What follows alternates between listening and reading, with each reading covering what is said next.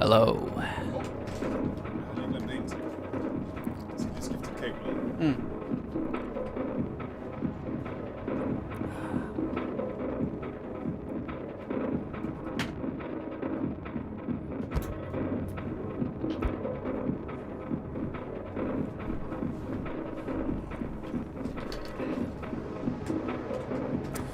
Ja, så kører vi. All right. Hello. Okay. We got Patrick Hello out there. Sekuoia Nice with us to in the studio today. An honor. nice to be visiting. Yeah, I've enjoyed your streams the last couple of weeks. that's so, good. Yeah. That's good to hear, man. Yeah. Hi, Marcus. Well, yeah, a great band, but basically just great dude, because Sekuoia is just you. Yeah, and on stage we're a band with Son and Simon. Thanks a lot. Let's start there because I gotta say I've been a little bit envious of your crew when I've met you out there, because you guys together is just, that's a fucking blast. You've known each other for a long time, right? Also before playing together. Yeah, it's almost been 10 years now. Okay. We met at high school, folk high school, Ingolsholm in 2012. So yeah, it's soon to be 10 years. Well, yeah, I like, that's one of the really big things about I miss, like, especially like when you can't play now during Corona, is being out on stage with those two guys. Yeah. It's so much fun. Yeah. Yeah, I mean, because you look like you have a ton of fun together, but you also play extremely well together because you've done it for so many years, and I've seen it, I don't know, maybe like 6-7 times or something by now. It's just always a blast. Hi, Magnus. Good to see you today as well. Hello. It's the classic crew we started Nice. out with. Yeah. These guys, they're full on. Nice. But I was thinking about talking about this a little bit later. But I want to start with I think our funniest night together. I think. Do you know what night I'm talking about? I think it's Warsaw, maybe. It's definitely Warsaw. Yeah. So let me set the stage. We're gonna throw Søren a little bit. Yeah, maybe He- let's leave he'll some love it. details out. I don't know. No, Yeah. it's fun. It's a long time ago. He didn't. There's no harm done. He was just a little bit drunk. But we were playing in Warsaw, and it was a good night. It was some kind of Danish night, whatever. Yeah, I think it was like Musikeksport Denmark that had a night with us two, and I know the band. Was Kalla playing? No, Bremer McCoy was playing. I know. I think then it was just Maybe. the three of us. Yeah. I don't know. I don't remember a fourth band. Yeah, that's maybe true. Yeah. Hi, Migati. Hi, Brandon. Yeah, man. Now the entire crew is collected. That's Nice. good to see you. But it was a beautiful place. Like one of the most beautiful venues I've played. It was like a really tall ceiling. It didn't look like a venue. We played some good concerts, and then afterwards there was a party going on, and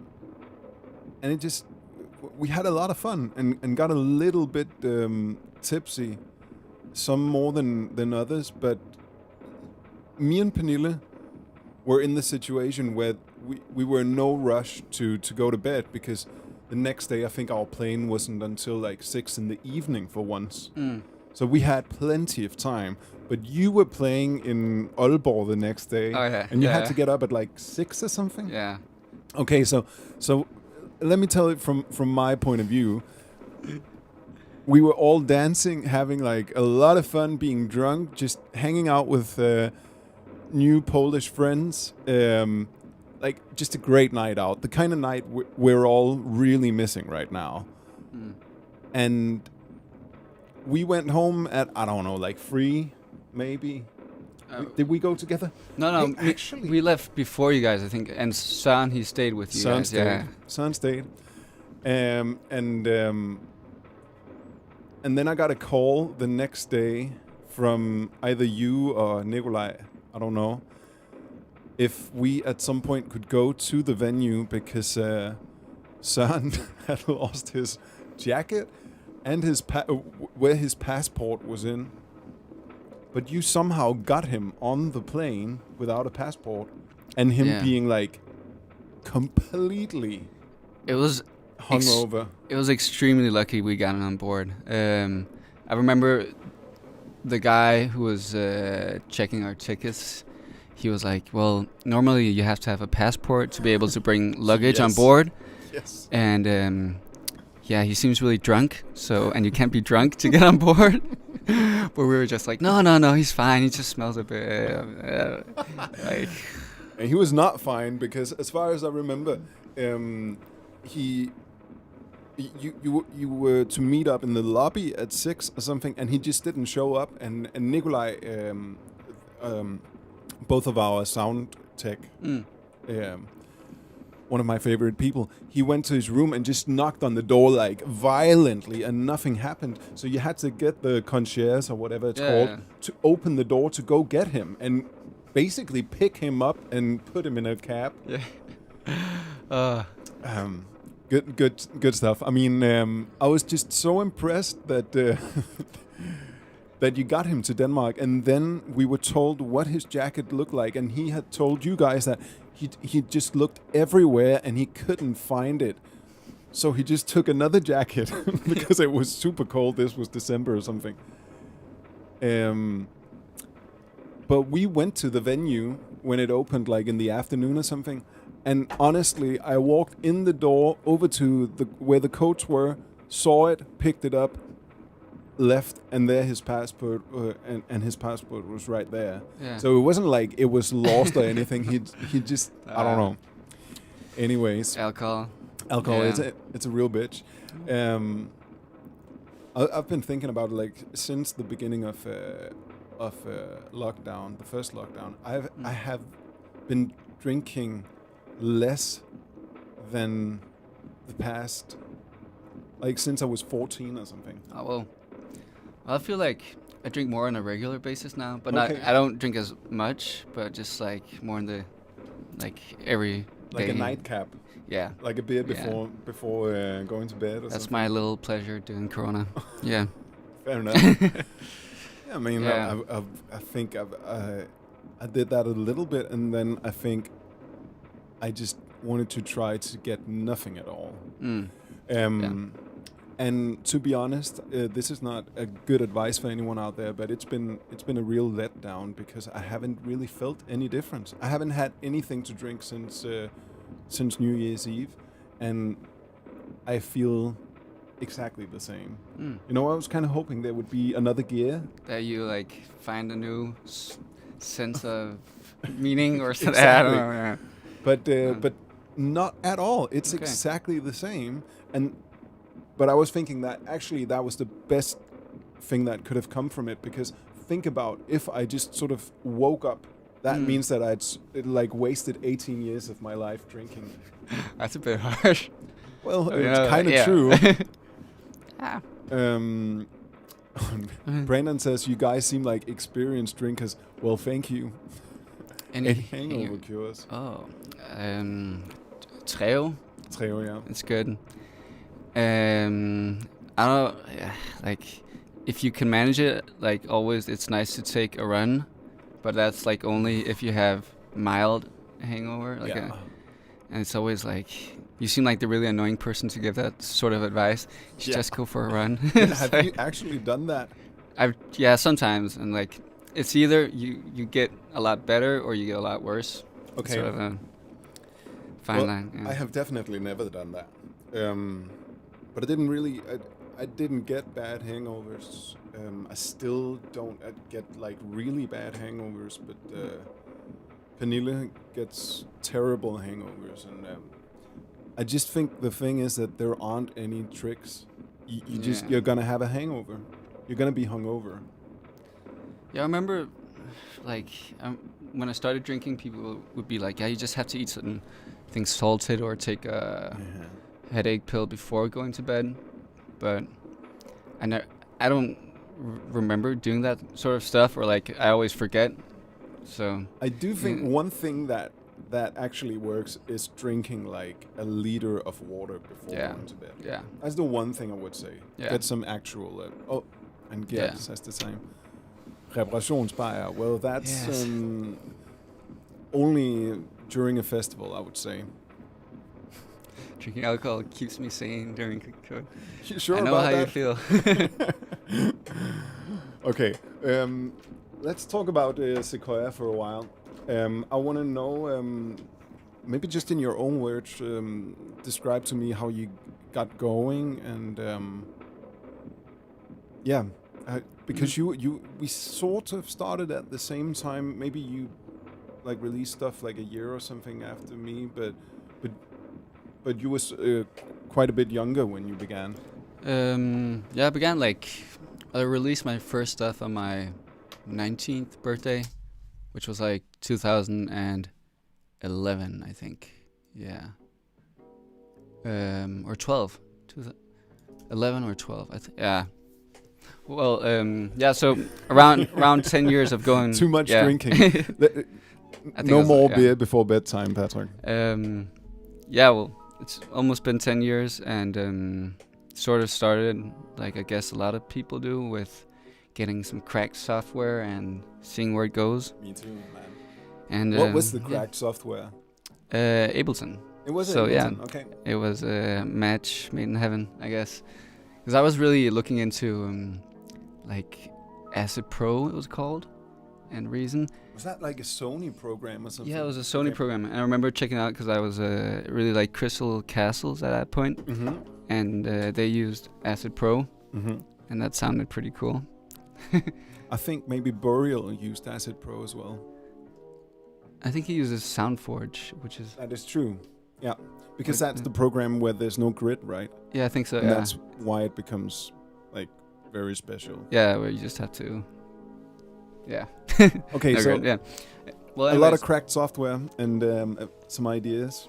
Yeah, and then I guess first I made music with a friend of mine called Aaron.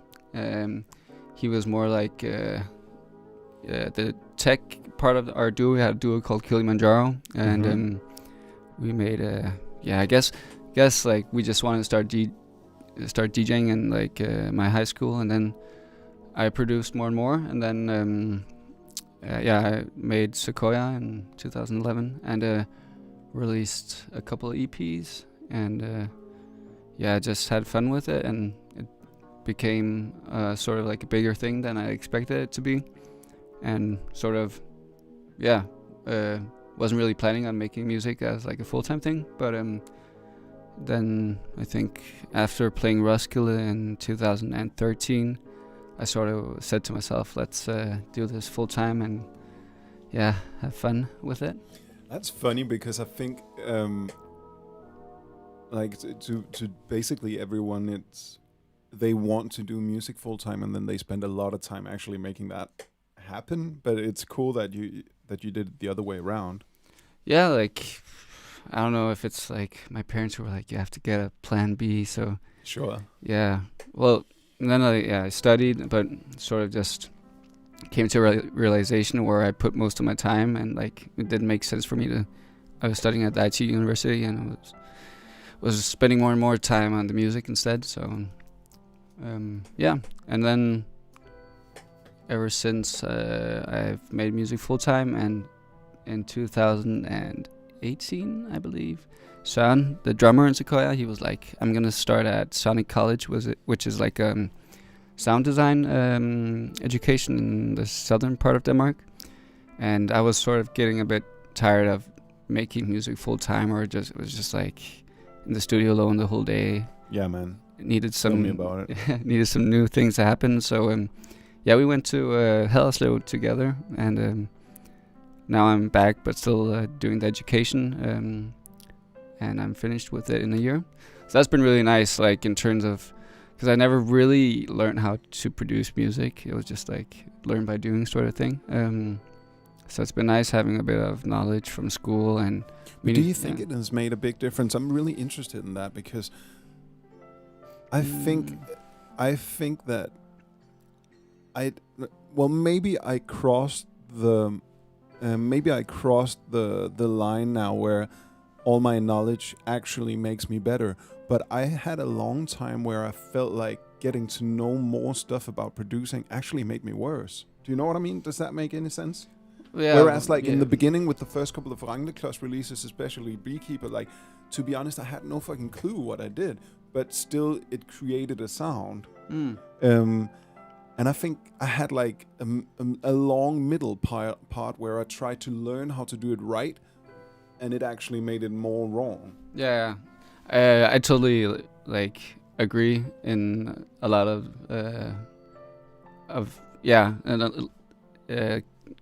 I sort of agree, you know, because definitely, like, when starting out by making my first EPs, I didn't know how to compress or didn't, like, use a lot of effects, but it still just, like, had a sound and was pretty naive in a nice way. And you can definitely, like, become too, like, aware of, like, how the kick is EQ'd and stuff like that, which takes a lot of the creative ideas away and you focus on details too much. So it's definitely been, like, getting the balance right. But I still feel like there's some, like, main aspects of, like, music production and, like, how you did it in the old days with sends and returns. Like, I didn't know how, like, what a send and return was until 2015 or something. I don't know, like, I didn't use it like before. So you did like, everything track by track. Yeah, it was like, yeah. And Brandon says the parents' plan B talk is a rite of passage, and that is so true, man. I had the same thing going. A quick note about that is both my parents are teachers, regular school teachers, and my dad would always say to me, like, you can always become a teacher.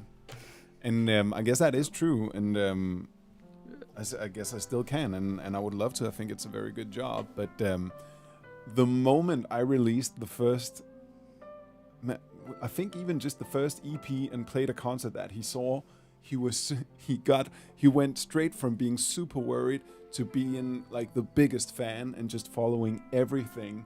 It was so funny to see that jump of, like, I don't know. It was good. It definitely took some load off my shoulders. Like when Zlatan Ibrahimovic's father came to his match for the first time after he was a professional player. Is that from the Zlatan documentary or something? It's from the book. It's a really good book. Okay. I mean, I love Zlatan, yeah. But I didn't know about that. As Lounge Zero is saying that, well, you're a teacher now, like, doing the True. streams. Yeah, I guess. I hope you're watching, Dad. I hope you're proud. I hope you're proud, Dad. So what I wanted to ask you is, you did it track by track, like every track had, like, if you wanted reverb, it was on a specific track. Yeah. And then a delay on the other. Yeah, there wasn't much going on, like, from, like, effects point of view.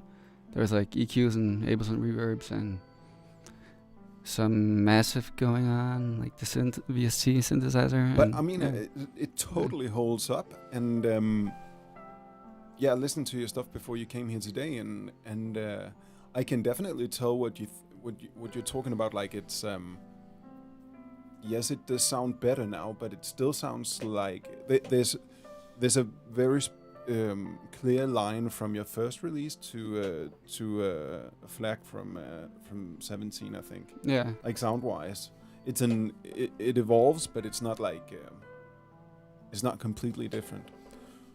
And I think that thing about doing it track by track, maybe the good thing about that, and something I'm thinking a lot about recently, is like it kind of makes you do things in a little bit more minimal way. I think that is the trick. Knowing more and more about production is also saying stop. Like sometimes because you can't keep going, you can just dive deeper and deeper Yeah, into yeah. a song, and you probably get to a point where you don't make it better, you just make Yeah. it more complex. Or yeah, Yeah, and it's like you can just. I mean, I've wasted so much time on just like trying to EQ kicks without really knowing what I was looking Man, for I or stuff hear like you. that, and even before like there was like a beat or there was a track, like, so I've really tried to focus more on like the composition part, Yeah, having that like a structure first and then mixing, instead of like, okay, let's start with the kick and just like sit 5 hours and yeah. Fuck that.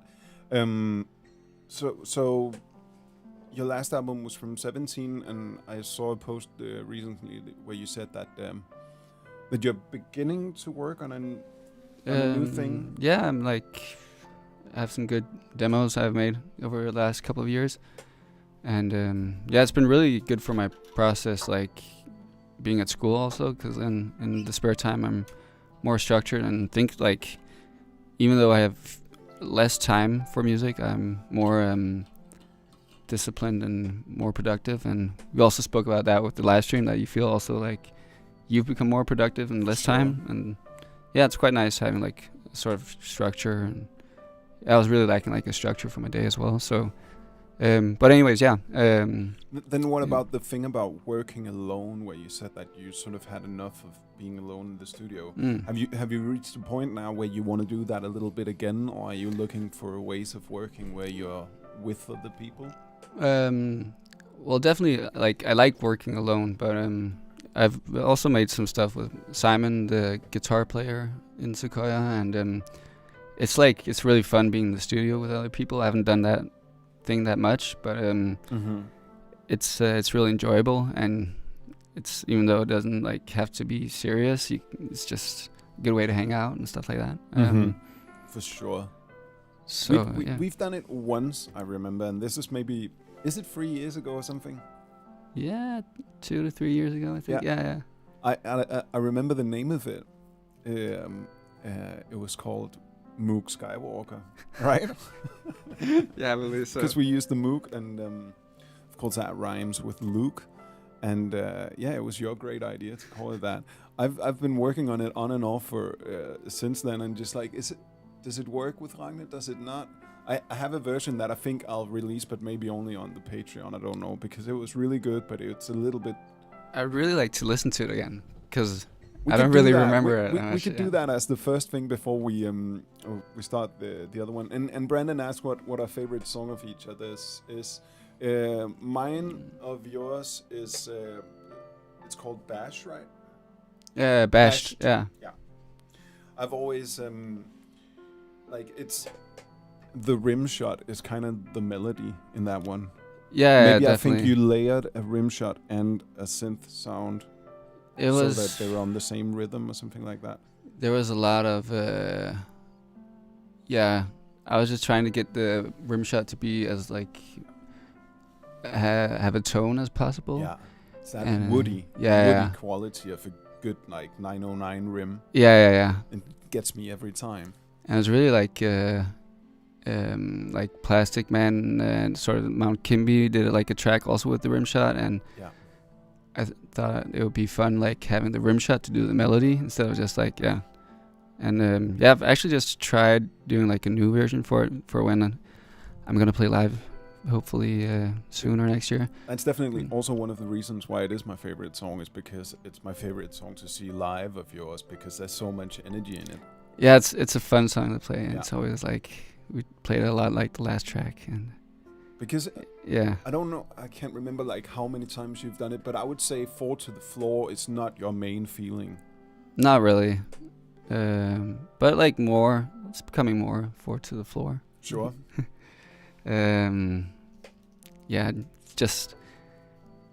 It's really like working like in faster tempos now, at least, but maybe more a bit like. And when you say faster, what is that? Is that like 128 or you? But like also 150, and then you can like do it. Yeah, definitely. Sounds killing it on the drums live. Yeah. He's like a machine. Yeah. the way he plays. That's why I enjoy him, is because oftentimes, oh, son, if you're watching, I've told you this in person, but I'll tell you again.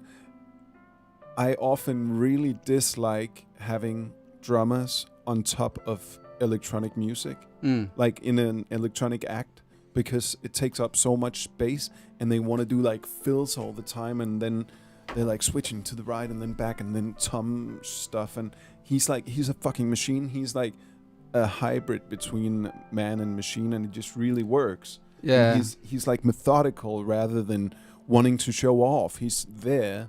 So I honestly think like your live setup is one of the only times I've seen a live drummer work. Oh, thanks. Shout out to Son. Yeah, shout out to Son. And of course, the boundaries you've created for him with the music. But to me, it's a rare thing. Oftentimes, it just makes it worse, I think. Yeah, I think like one of the Son's main forces is that like he really gets the music and like also produces really nice music himself. So he like also gets the vibe. And yeah, there's definitely like I feel what you're saying with like electronic act with a drummer. It could be like a lot of times it's like you hear the electronic stuff in the background, and then you have the drummer playing a lot of fills, and it's like two layers that are hard to merge. Completely. Well, I mean, let's plug his band, and then that's the last time we're gonna mention Son. But it's called Code Walk, and it's really good. What are some of your musical inspirations? You can give a few tips to whoever's watching. All the classics. Let's hear the classics. Aphex Twin, Boards of Canada. We got good old Burial, Fortet. The Field, also really like a lot. And Rhythm and Sound, like a basic channel. I don't know that. Rhythm and Sound's really nice. Like basic channel is like where they make dub techno, but Rhythm and Sound is a bit more like dub music. Okay. They're really nice, like stereo feel, and like it just sounds really really good.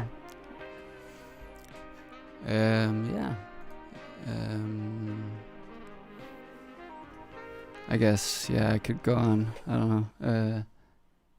No, that's enough. That's enough for people to check out, I think. You can also get too much information. Can you like do you have a creative method that sort of never fails you? A way of working, or is maybe never fails is definitely that doesn't exist. But something that then let me ask you like this, like do you often start with the drums or a piece of melody? Like how do you go about producing a song? I almost always start with the drums. That's sort of gonna be the backbone for the track, and then I try to move on as soon as possible, but often I stay too long in the drum section. But I've tried like exploring that approach and starting with a sample instead, or starting with the melody and fitting drums onto that. Drums, bass, keys, that's a good setup. But I wouldn't say like I have a fail-proof method. I feel like I use a lot of time figuring out what doesn't work before something works. So a lot of bad ideas and bad grooves before I'm like, this is something. Yeah, trial and error, man. Yeah, definitely. That's what it's all about for me as well. I mentioned my favorite song of yours, but do you have your own favorite song of yours? I was gonna mention one of yours, but we can do both of them. But I wrote down because I think it's interesting to ask other people what their own favorite song is of their own. I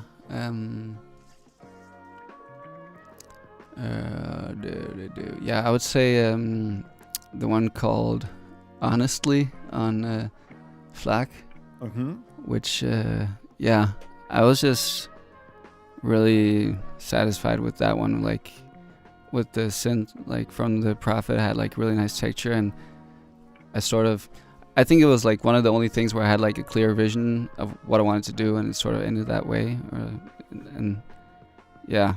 I don't know. why I like it so much, but I just think it sort of had like some Sekuoia, like of the old stuff, but also something new and like a bit more footworky, and yeah, I don't know. Well, that makes complete sense. So that's it was called Honestly, guys. If you want to hear Patrick's own favorite, And your favorite Rangleklods song? Yeah. Well. Yeah. I guess I'm gonna go with Snow from the new cool. EP. Yeah. I Nice really one.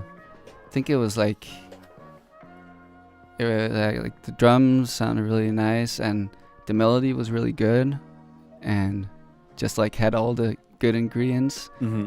The bass was like right there where it should be, like for the good groove, and yeah, it was like it had like reminiscent of Burial, which people have mentioned, but it was like a more like taking the ingredients of like a Burial beat and making it more into a pop song, like into a Rangleklods song, and I think it was well executed, and yeah, I guess it's also the track of yours I've listened the most to. So Cool, man. Thank you. I think that song is kind of also as close to our two musical universes colliding. You know what I mean? That song. yeah, That kind of a beat could almost also be on a Sekuoia track. yeah, It has that. I don't know. I was really into creating like these dirty UK beats at that point. I guess I still am, but when you get that hi-hat swing just right, the yeah, it's just something happens inside, and it's just ooh, there it is. Yeah, it's really difficult, right? Yeah, I'm that like kind of a dirty hi. I think hi-hat is one of the most insane things to produce, because it can so quickly become like piercing and unnatural and annoying, but it can also become too dull and just too present or something. It's very delicate. Yeah, I really agree with you. Like on hi-hats being extremely hard to mix. Like where should they be in the mix, and yeah, like how much should you EQ them to be just right, and also just like getting the swing to be good in like a hi-hat groove and feeling it sound natural and not too mechanic is also really hard. So yeah, feel you. Then let me ask you an extremely specific question, since you're also in Ableton Live like myself. Do you use the grooves, or do you hand tailor the swing? I use the grooves. Yeah, me I'm too. a sucker for the swings, like the MPC grooves. Yeah. Okay, that because I've, like, before I started this live stream thing, I was so meticulous in finding out, for instance, like if I'm doing distortion, I'm using this one plugin, or if I want to do an old school synthesizer, I'm using this one, or whatever. But it went all the way down to which grooves to use, and I've always thought that there was something about the MPC swings that wasn't completely right for me. Okay. Oh. And I realized that the ones that I liked are the SP1200 swings. Okay. And if you listen to them like right next to each other, there's basically no difference. But I just feel more at home in the SP1200 swings, and it's... Yeah, okay. I mean, maybe it's completely mental, I don't know. But since I started using those swings, I feel so much more at home in it. Let's see what Marcus writes. His favorite is Brace. Nice. Yeah, I really like Mark's vocal on that track. He's an amazing singer. It's probably the most close to a like pop song I've made. I would say so too. It's a straight up pop song. Yeah. Are you going to do more of those, or is it going to be Stranger? Yeah, well... Or is it just going to be what happens? Yeah, I guess, like, I really like pop songs and like vocals, and growing more, like, fond of that for Sekuoia, but maybe, like, something a bit more experimental, I guess, because I feel Brace is a bit more, not as, like, challenging, but... I don't know, but definitely, more vocals and stuff like that. Yeah. That's the kind of thing that can sort of be the ginger to sort of clear the palette before another, like, I wouldn't say difficult song, but a song that needs more attention to be discovered, sort of. That kind of a song works. Yeah, I think also it was like a fun thing for me to try if I could make a pop song like that, because I never tried doing that. So yeah, it's difficult, man. Yeah, no one should underestimate making a pop song. I would say it's the most difficult thing. Okay, next question, because I think this, and I think a lot of people would agree with me on this, is that there's a dream thing going on in a lot of your music. Like it's very evocative of like a dream state. Would you agree with me on that? Yeah, I guess like there's some sort of patience in the music that you sort of have to commit to in order to like listen to the track. Like a lot of the tracks are pretty long, and like it evolves over quite a lot of time. Like, and so there's definitely like a sort of pace in it that could be like of a dream state. Yeah, and also at least to me, like right down to the choice of sounds and the space that they're put in. But that made me think, if you do are you the type of person who do remember your dreams? Yeah, I do. You remember your dreams a lot. I had a dream. I would think so. Yeah. I had a dream last night, a really weird one, where I had to. There was like a cockroach or something in like my bathroom. I had to kill. Okay. So I like poured some soap on it, and then it like died, but then it became like a lobster I had in my hand.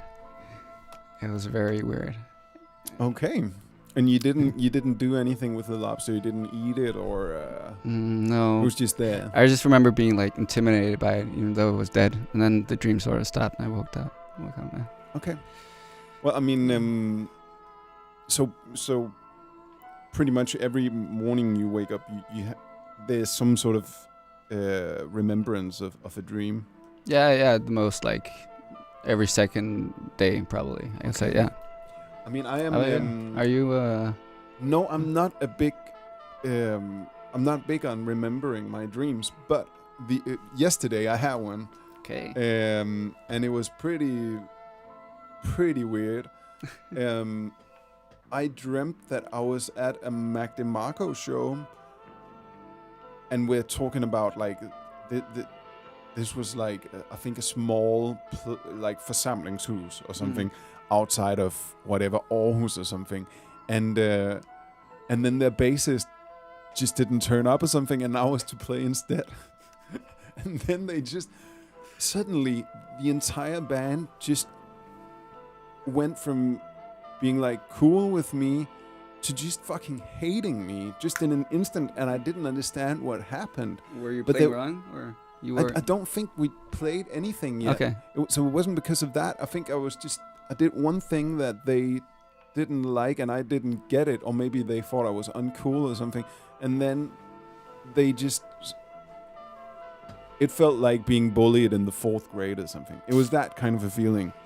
So I left the place, and then first up, there was a girl who I went to folkeskolen with, who was in a car, and I didn't know where to go. And I asked her if I could get a ride, but she was like, no, it's probably not a good idea. So I saw she was like super drunk, and then she drove straight into the venue like as fast as she could. And then my parents showed up in clothes that they would never be seen in real life. It was like they both had shirts on, and one side was white and the other was like bright yellow. So they had the same shirt on. Okay. And then apparently, then they started talking to me about that Bent was dying, and we had to go there. And I don't know who Bent is, but it was implied that I should know the person, right? So I feel really guilty about not knowing who I was supposed to go to while he was dying. So yeah. Do you believe in there's like translating dreams into like a yeah, like Marcus says. Marcus does. Yeah. So I mean, you can definitely find some bent.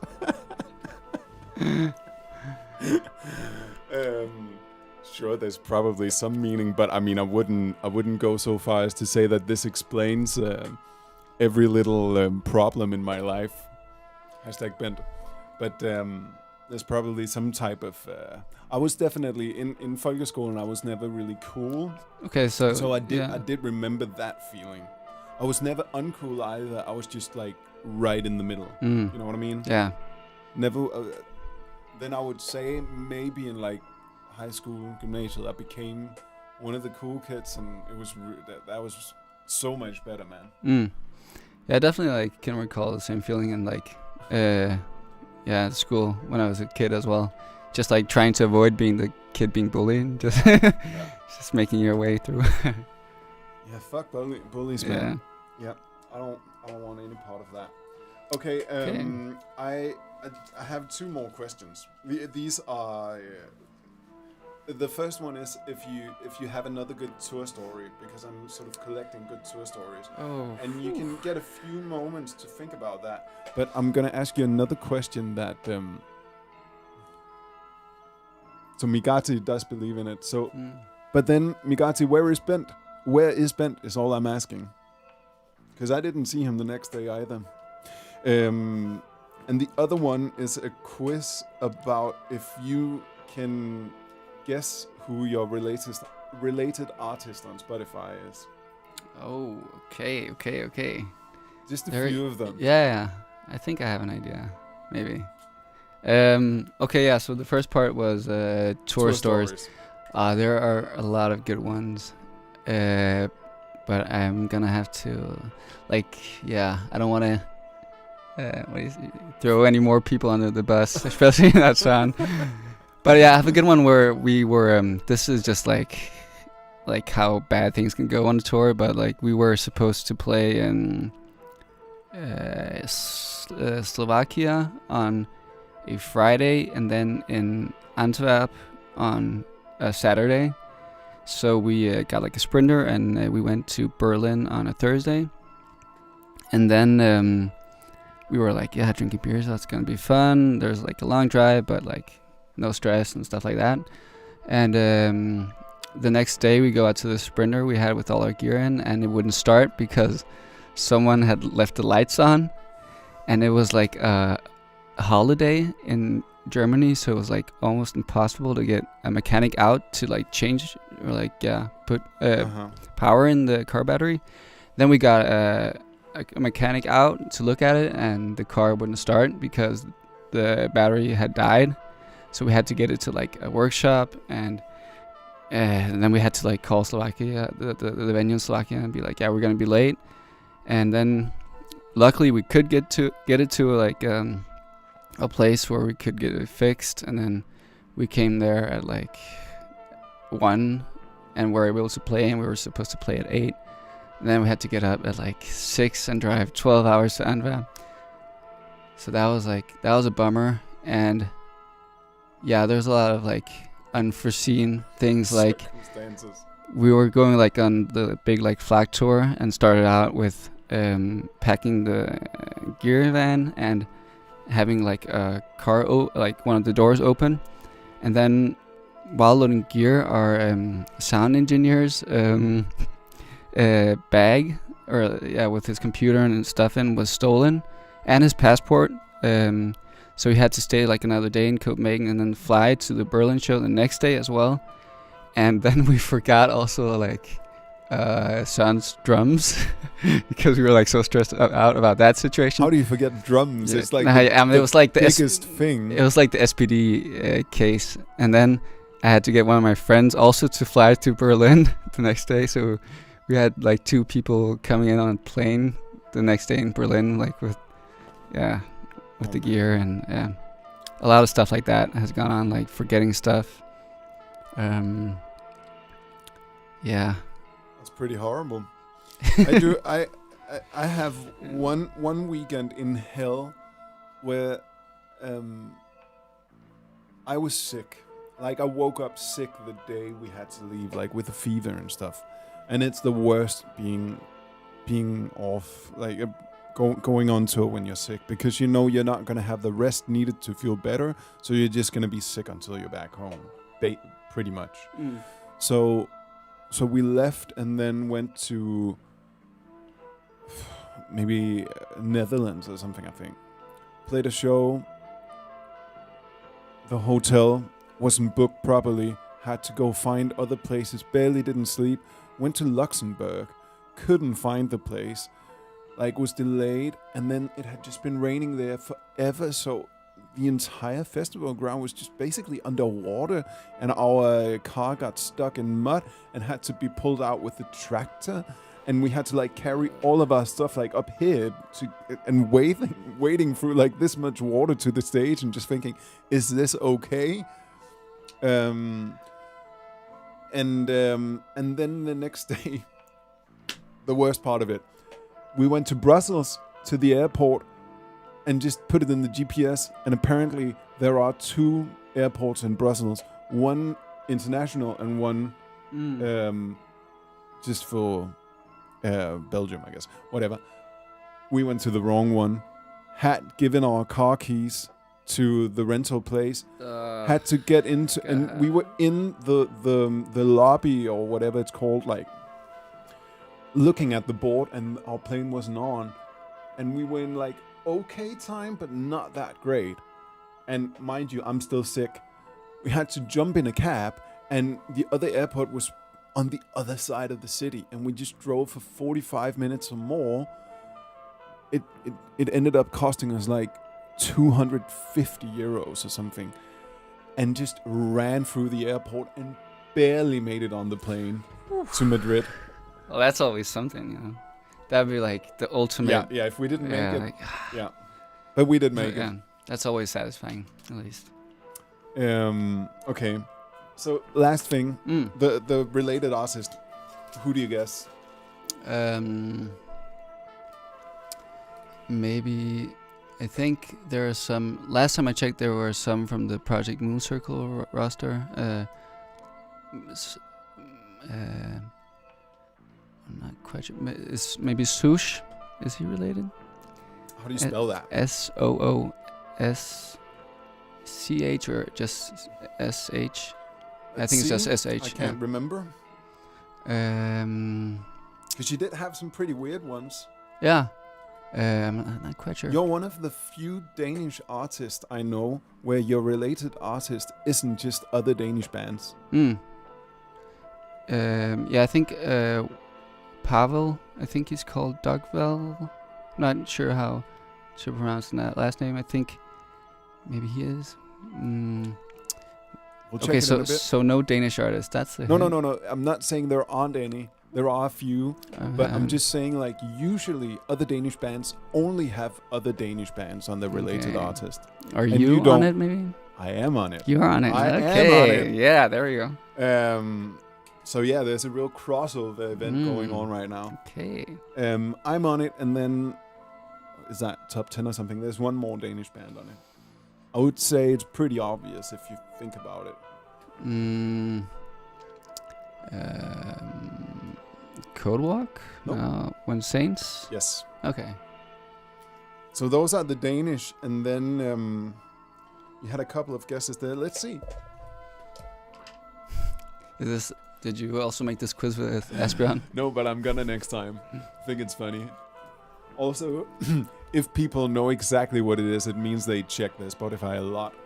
And I don't know what that says about them. Yeah, I just remember checking mine and being like, it's a bit weird, I guess, or like, yeah, I don't know which algorithm it is. Oh yeah, Rain Dog makes sense. Fans also like. Okay, so you had Pavel. Yeah. There's Rangle. And Kenton/Demon as well. That makes sense. Yeah. Lapalux. Slow-mo. Endowed. Yeah. Long arm. That's definitely That is so much better than my related artist. So, so let's congratulations. Can we see yours? Yeah, let's see mine. What is it? It's just Danish bands. When Saints, Turbo, Guardian Tape, Spleen, Reptile, Veto, Vini. I mean, it makes sense. Yeah. But Yes. only Danish, and it's kind of weird because Hmm. I think it's only 50% of my listeners who are Danish. But that's the way it is with most Danish bands. Is that it's just other Danes. Yeah, I listened to. Yeah. Yeah. Yeah, I wonder like what the algorithm. And I think Makes that's out of a it, little bit yeah. of a shame because oftentimes that's how I recognize new music, as you find someone and then you listen to some of the related artists. Yeah, as well. like the Spotify algorithm is quite nice. Yeah, Yeah. you gotta give it that. Okay, Yeah. I think now we should listen to Mook Skywalker Oh yeah. and then go back Exciting. to this. We promised that. Okay, quick and then.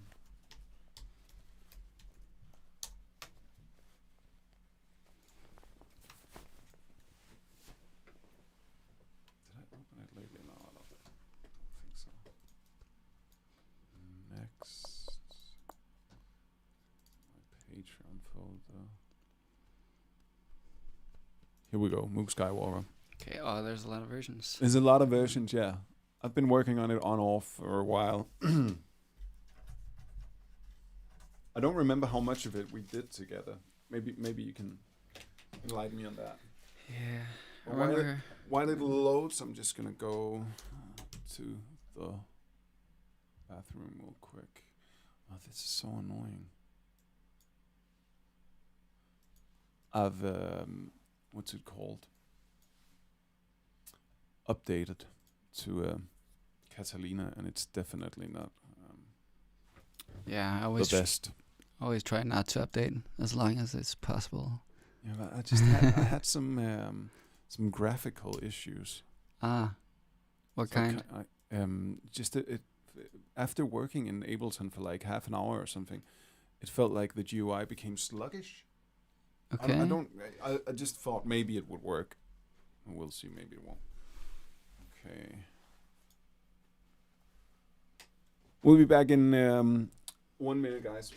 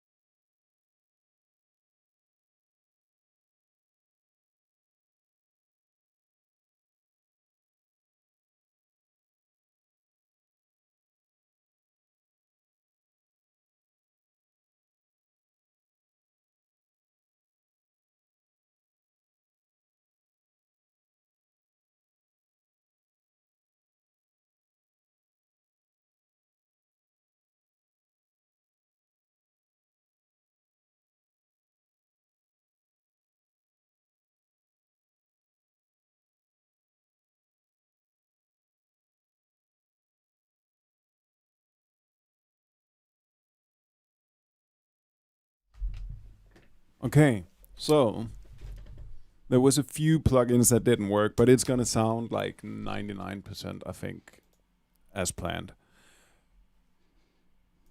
And I remember that we began with this bit, recorded it from my Matrix 1000, and then did all sorts of stuff with it.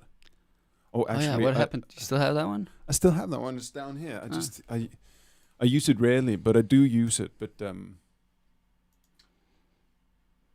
have to change the output real quick.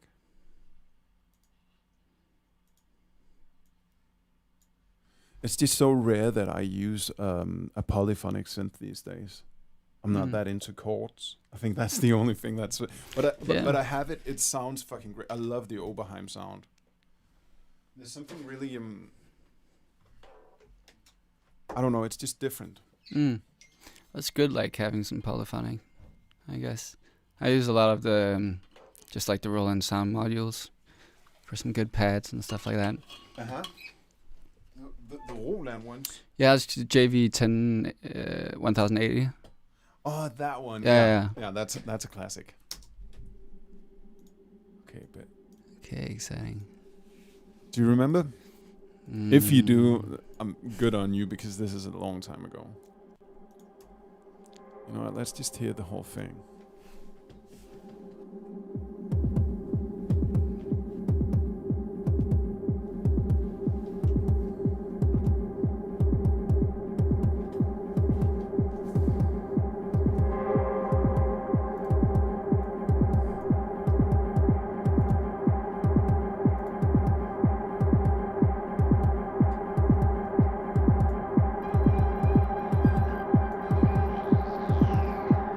I think I might recorded some vocals here. Can't remember actually.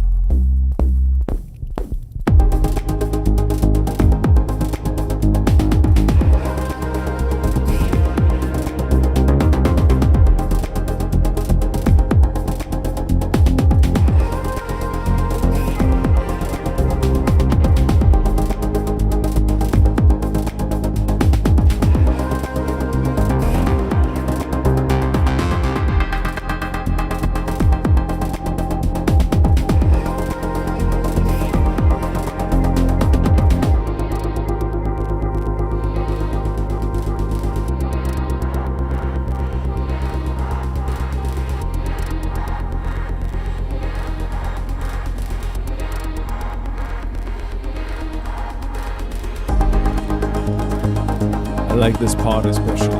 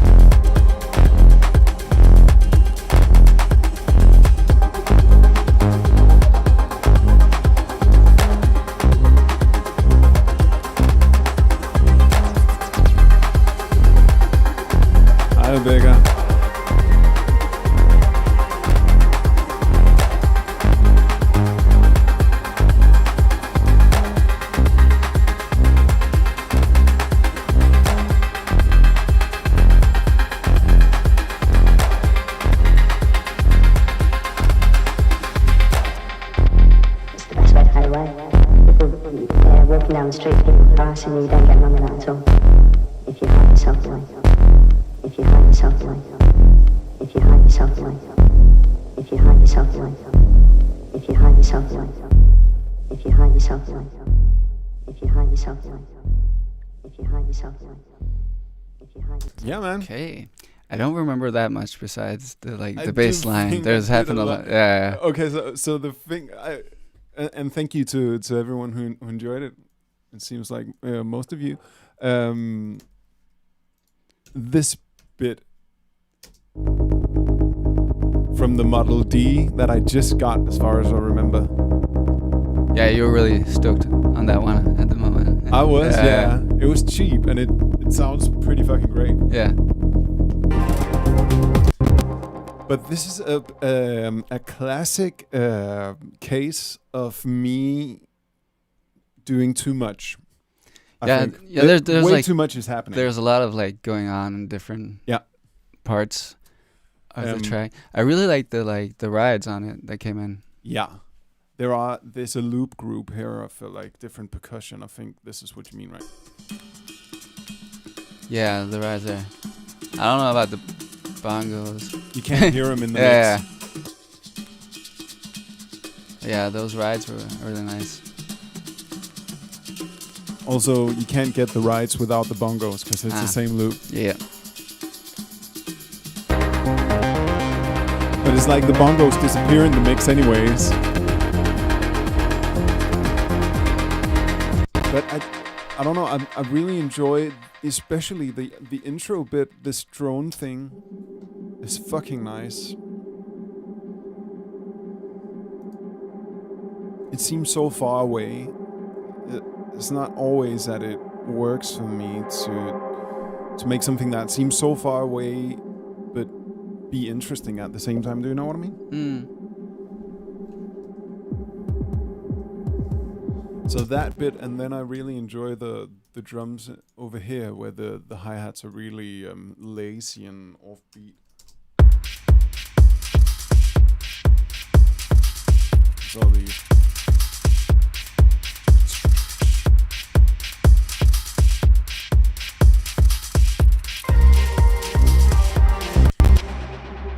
and I'm pretty sure I will finish a version of it and put it on Patreon or something.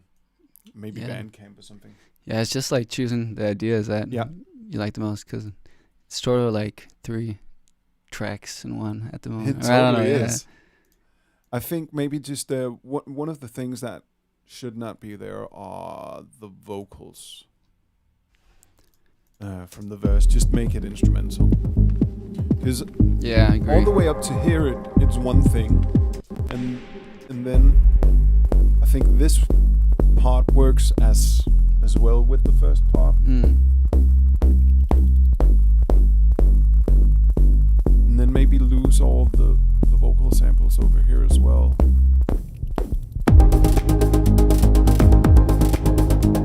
What do you think? Is this sort of in the same universe, or too big of a change? I don't know about like going from the MS-20 bass to this. Mm-hmm. I feel like there is a bit of an incoherence, or it comes pretty sudden, and like the bass groove there becomes very like staccato. Yeah. Yeah. So maybe if it was more hidden to begin with, is that what you think? Like so you don't get that do to begin with, but it sort of fades in more. Yeah. Could be a way of doing it.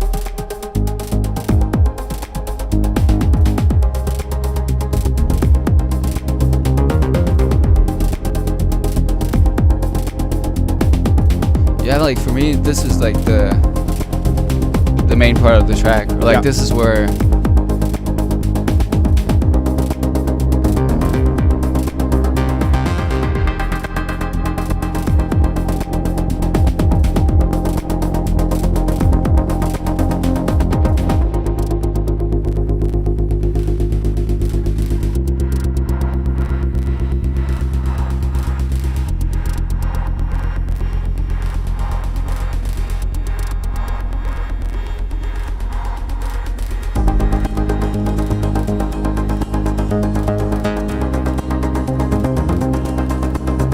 definitely more coherent now.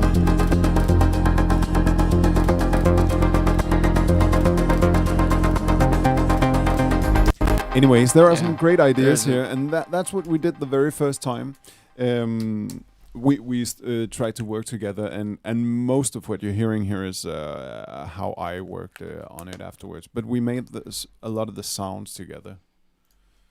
But this is this is classic for how I sort of did things wrong, like a year ago or something, where just too many ideas and not enough space. Yeah, It's such an easy thing to do.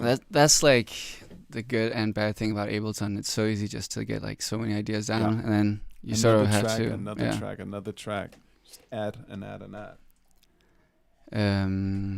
But like maybe the torso would be nice to put on. Now we start something new. And let me see if I can get a shot of the torso without.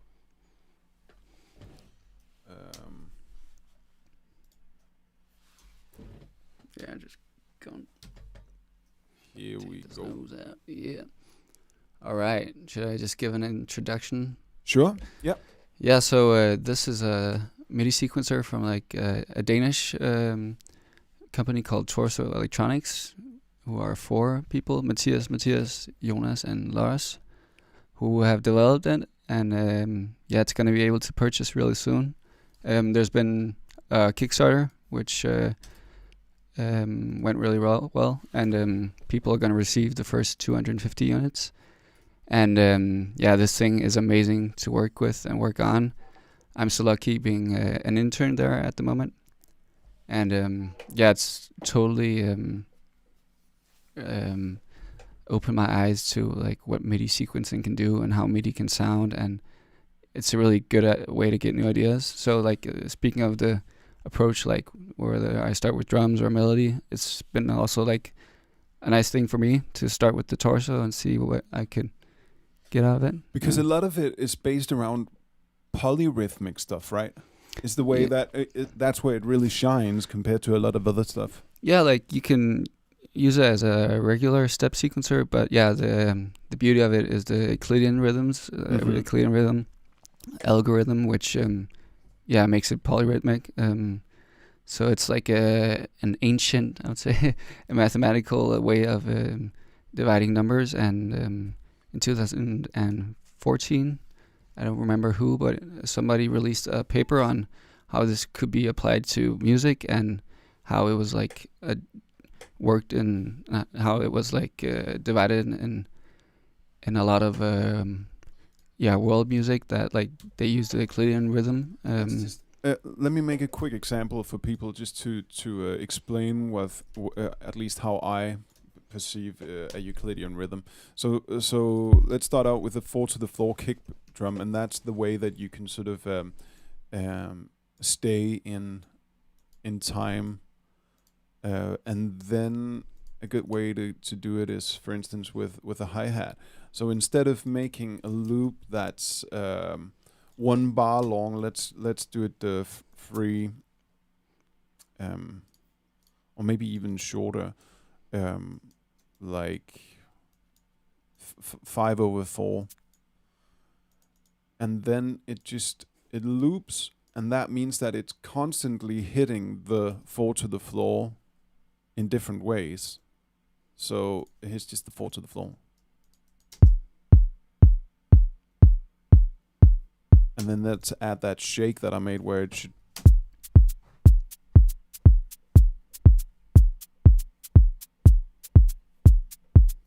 Right? Yeah, it sounds polyrhythmic. Because it fades like in and out of sync with the 4 to the floor kick. Yeah. I mean, these are not the correct terms, but you get what I'm saying.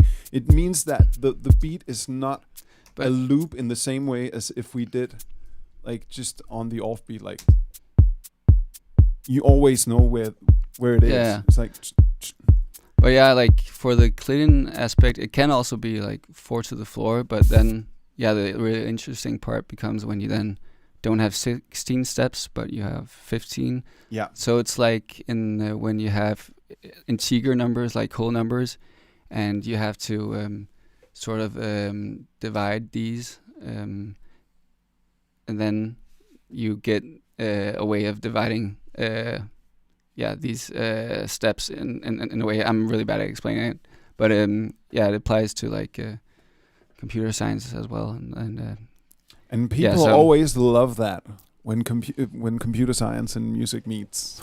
Yeah, like I'm really amazed by the developers and how they've like made the algorithm and how easy it also is to make something really good. And I've this is the first time I've seen it before, but I haven't played around with it.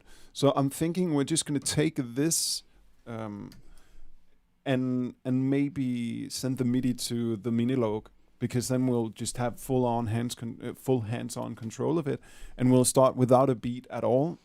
Yeah. And just find something interesting. Let's do that. We should definitely also try sending it to something with more than 4 voices at some point. Oh, really? It's good with more than that? You can like have so many voices going on. Okay, I guess the Matrix that's 6. That doesn't make a big difference. Then we'll just do it with a software synthesizer if we need. Yeah. But should we begin with the Minilog? Yeah. Okay, then I'll just set that up real quick. We can save that one. Where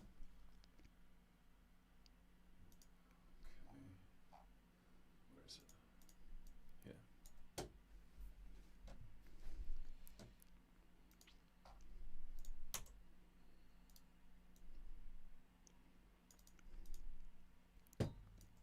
And you said that you forgot a router thing that would mean that we could do everything we want to do with it, but right now we're just gonna do it with like plain old MIDI, right? It can go on Ableton Link, Okay. but I thought we were using the Wi-Fi for the stream. But yeah, it works with Ableton Link, so you can have it in sync with your Ableton session. It's really nice. Let's see if something happens here. And I can just give a short introduction, maybe. Yeah, let me just make sure that we get some sound. Are there? Yeah. That's sending, and then it needs to be channels. Yeah. Let's switch seats. All right.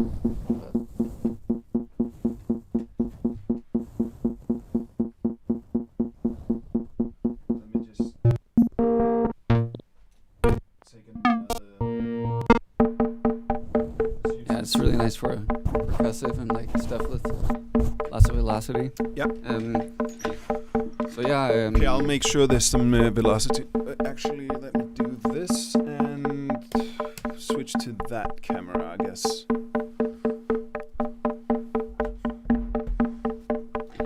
Okay. All right. So I'm just gonna go through it really quick. And here we have our steps. Right now there are 16 steps. Here you can apply pulses, so the hits that we just heard. And cycles, you can make different variations of pulses, for example. In each cycle, you can control how many cycles, up to 16 cycles. And then we can apply repeats to the pulses and choose which time these repeats are in. And we can give it voicing, so octave up or octave down, and range. So if you have like a scale over here, then the range controls how high or how low you go on this melodic scale. Cool. And you have the groove section here with the accent, which controls how much velocity of the groove you apply to. It's really nice. And you have velocity, and in the submenu we have probability, which okay. sort of like an Ableton can choose to miss some steps or Cool. And over here is the scale and the root and the pitch, which when we hold down is like a keyboard. C, D, E. Okay. Yeah. And here we have channels, so we can choose. For example, we're on track 1. Right now it's sending to MIDI channel 1. And here we can select which MIDI channel to send it to. And here's the overall length of this track and the tempo. And here's the random, which is really nice. So we can just apply random to all of these parameters and get something really nice going on. And I think a good random section is essential. Yeah. for stuff being released today, it's so much more fun to get to be able to give that creative kickstart. Yeah. And so right now we can see 16 tracks, and we also have 16 patterns to play with, and then we have 8 banks in total. Okay, Um, that's plenty. yeah. I would say. So let's just start with one track and then applying some of the different parameters on. So now you can see here, if we double tap, we can see here. So now when I scroll this, it applies pulses according to the Euclidean rhythm or the Euclidean algorithm. Yeah. To get up noising. And here I can take the steps down. Now we got this pattern going on. Cool. Then I can select another track here, and then turn it here.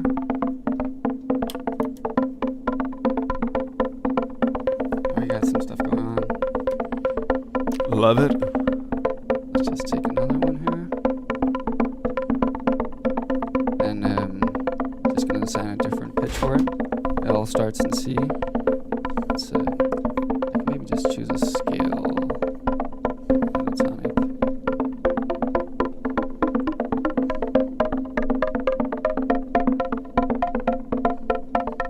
Yeah. And I can mute the sections I don't want to listen to.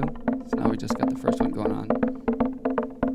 And one of the things I really like about this machine is how we hear like there's also some reverb on and some if we Yeah, really put like a little bit. Yeah. Do you want to try? Yeah, maybe just get dry.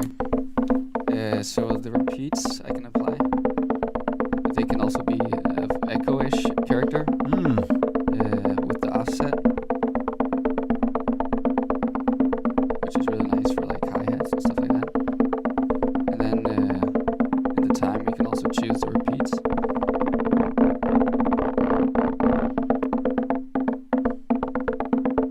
Sounds great.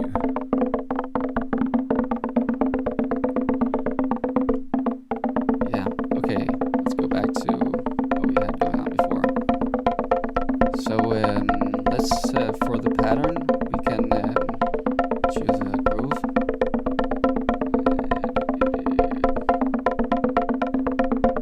And the top grooves are more like congas grooves, percussion grooves. And the bottom parts are waves, like a square wave, stuff like that. Okay. So let's apply this one and give it some accent. How much velocity is there on Quite a bit, but let me put on as much as possible.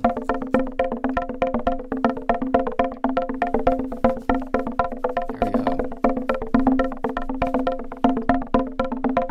And let's make some chord stuff with the next track.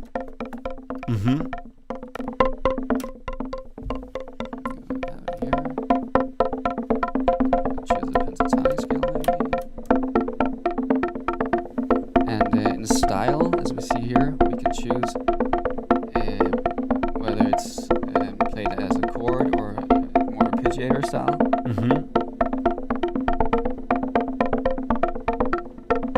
The velocity a bit down in the others. Can we change the scale? Yep. We can change the scale here to the pattern.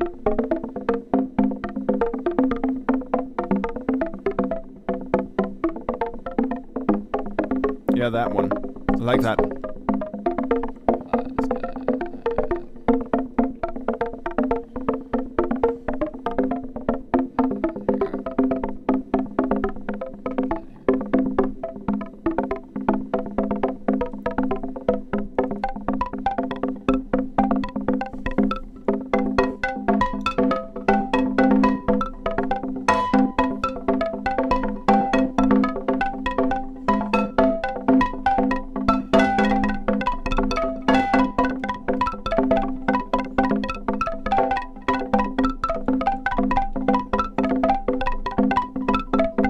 And with the harmony, we can also change the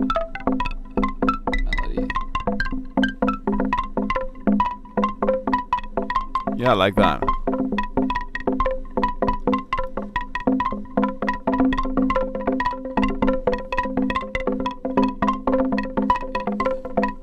Let's try the range on this one.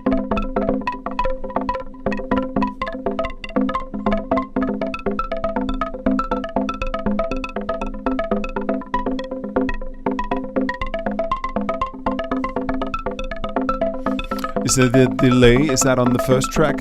Can we try to take that off? Or make it less loud? Yeah, like that. Sounds good.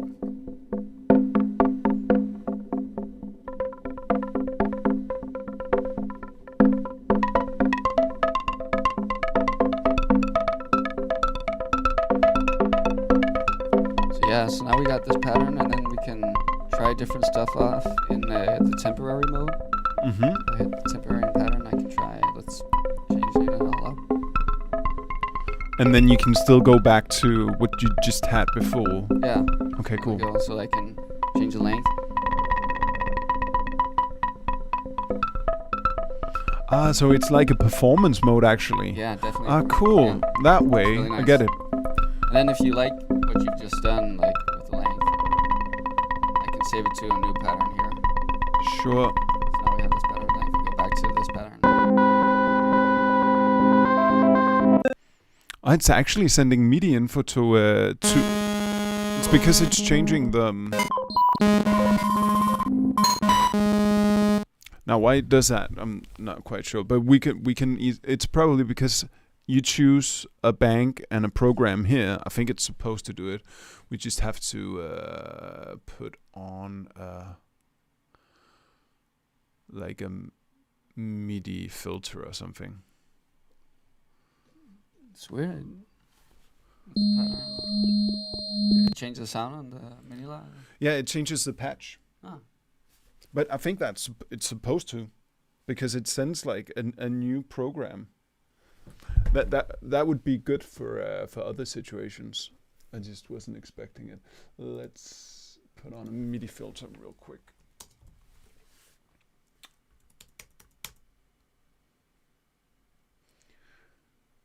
The thing for me about Max for Live patches is I can never remember what they're called. You know, you need one thing and you have 1,000.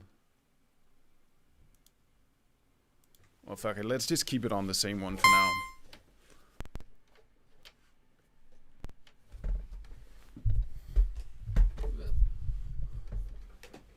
Okay, but let's save that one and then make another one from scratch. Yeah. So,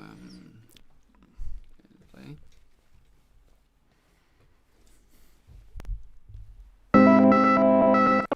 And I'll go Yeah. to that sound again. So yeah. And just a second, I'll make sure that it Just go to a new pattern doesn't now. receive program changes here.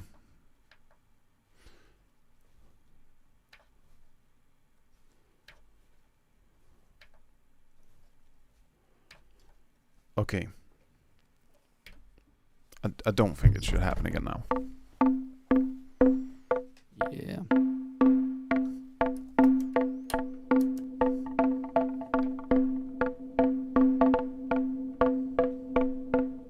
So let's try just putting on some random on some of this stuff. Yes. Some random pulses.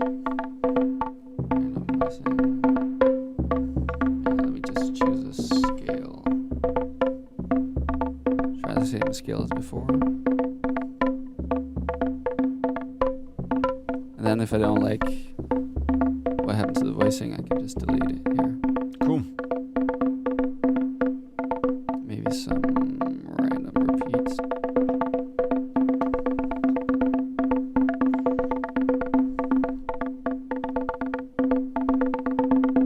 Put some groove on it.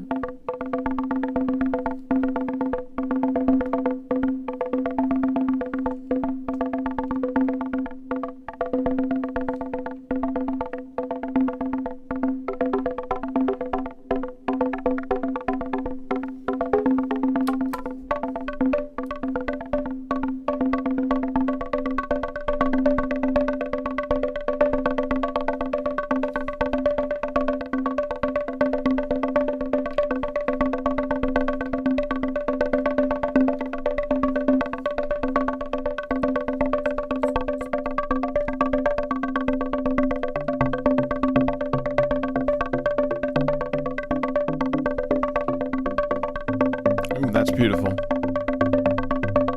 I like that.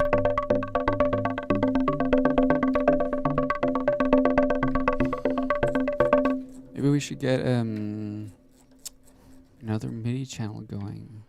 Sure. Yep. So this was channel 1. Yeah. Just gonna specify that. Okay, and then let's just use the wavetable for now and say channel 2. Yeah. Okay. Nice. Okay. I'm just gonna make this one. And then let's take this track and then we can apply it to channel 2 here.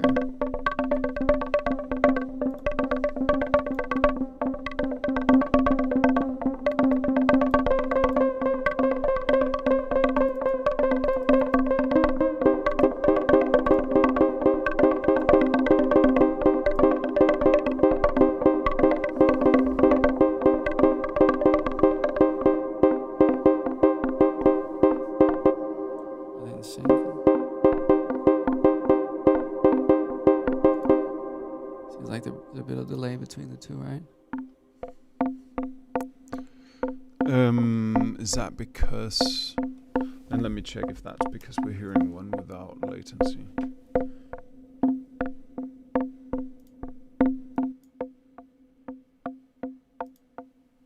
How about now?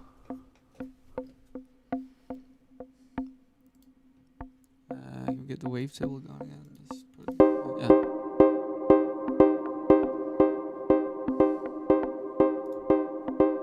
yeah, seems right. Can we get the velocity to control some filter maybe on the... Yes, I'm gonna change it to this camera. Okay, MIDI velocity.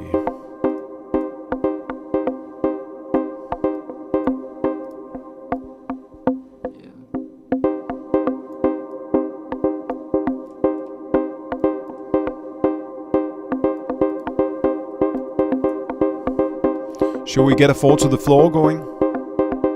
Yeah, let's just send to like a kick maybe. On channel 3. Good idea.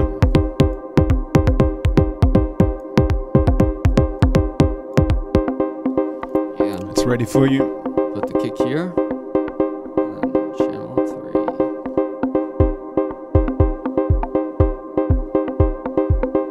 Yeah. Let's get maybe a hat going on as well. Sure.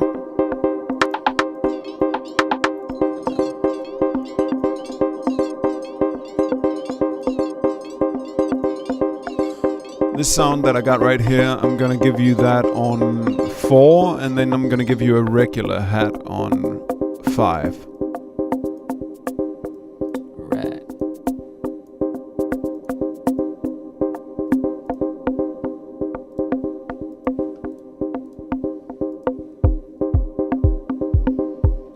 Okay.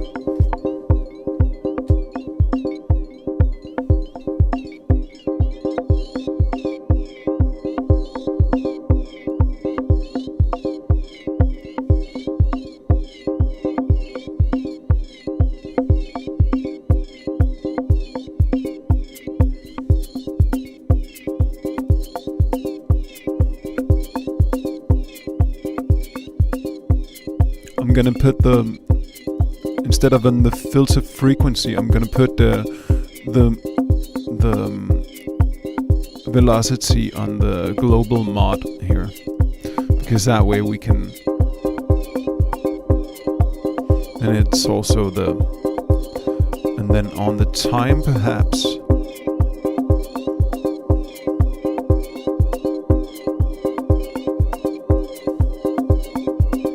Okay, so on the chords, I'm gonna try some random pitch. See how that sounds. Yeah, man. Here we go.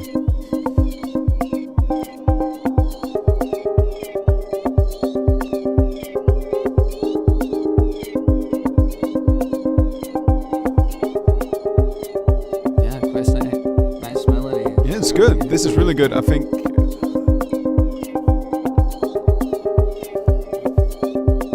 Also, like the wavetable synth right now is a little bit cheap sounding, but in the best possible way. Do you know what I mean? Yeah. It's like Just a little bit like the JS8000 or something like that. Yeah. It's got that kind of a vibe.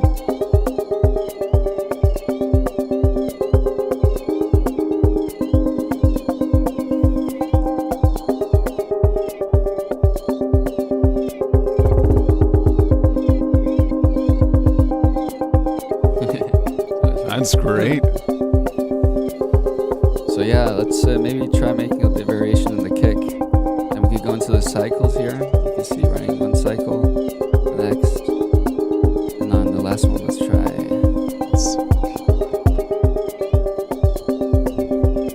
Maybe it's going to use that as a sequence.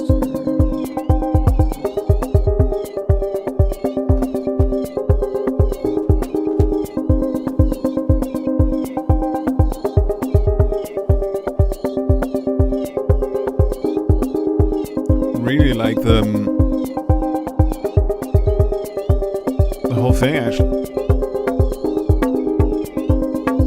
I'm gonna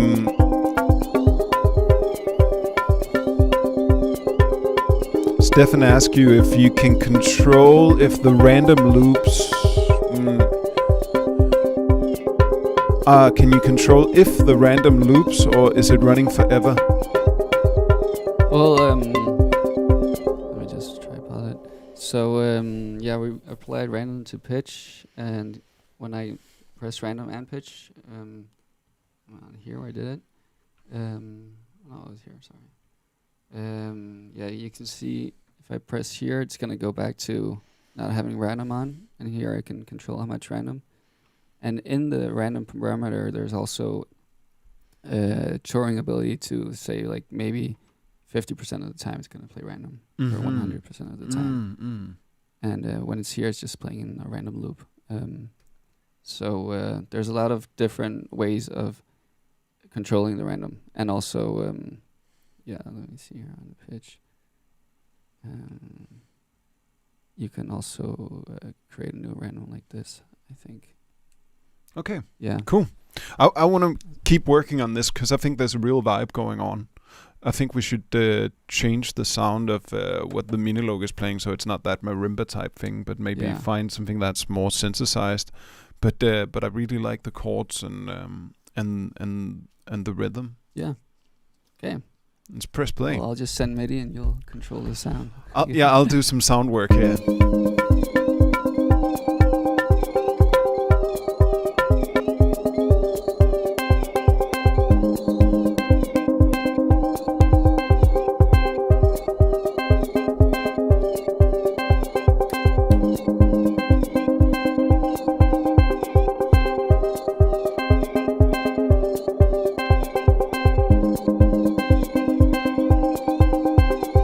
Can you do some random octaving on this sound?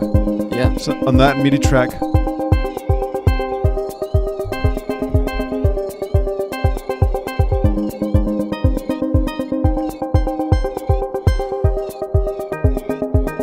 And maybe also some. It hit some other notes as well. That was great. So it's not just the octave, but also.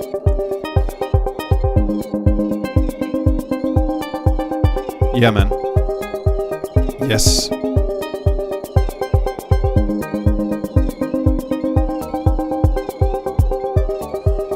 And let's take the repeat off of channel 4 so that this is more controlled. On channel 4. So on which one? And it's that bell sound. Okay, yeah. Yeah.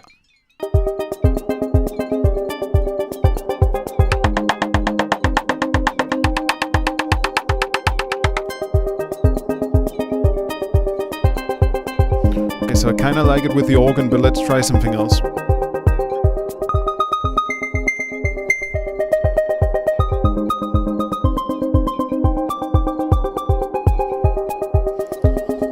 Oh, the camera is off.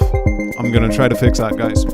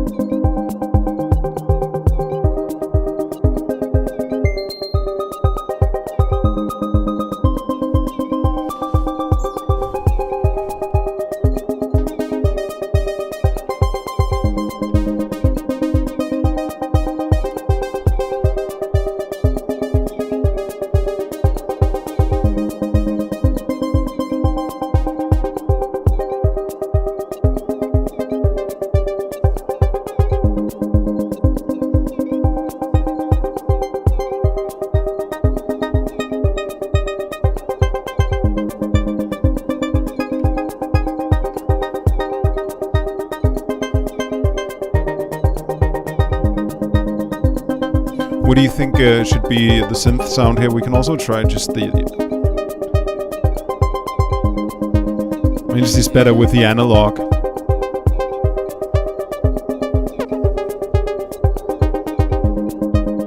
That's monophonic right now, right? Because then I'm gonna try to put on some portamento. Nice. Yeah.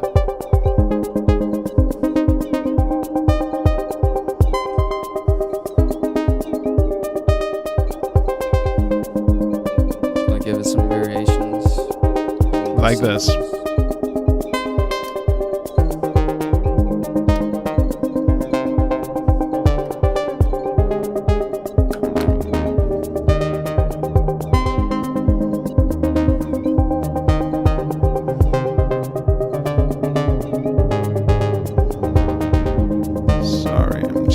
Copy this.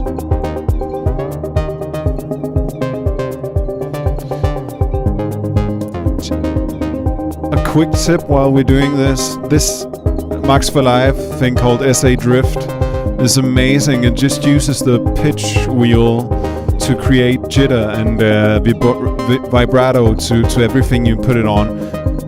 And it creates that analog feeling instantly. So I'm sending that to the Minilog right now.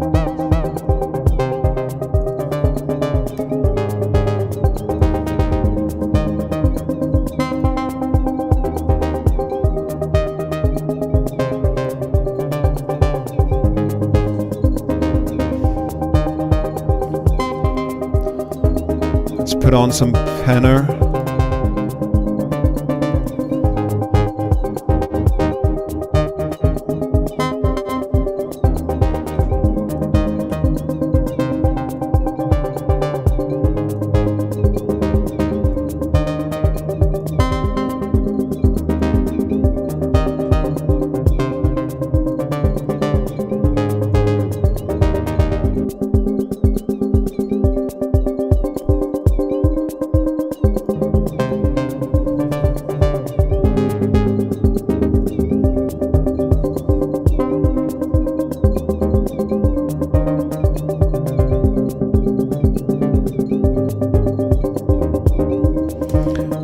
Stefan asked, say you find a chord progression you like by having 100% random on. Will that chord progression loop, or will it keep changing forever and you record it to find the best part? Well, you showed me that if you hold it down, then you can press... Yeah, so you sort of limit the random in the pitch. So if you only wanted to be random between two notes or something like that, then you can here it's not going to be random, and then here it's just going to be random between two notes and up until here, where you get a lot of variety in your pitch. I think what he means is like when you use this random thing, and then for instance together with let's say the pulses, then if you like what you do with that, you can save it to another scene while you do it, right?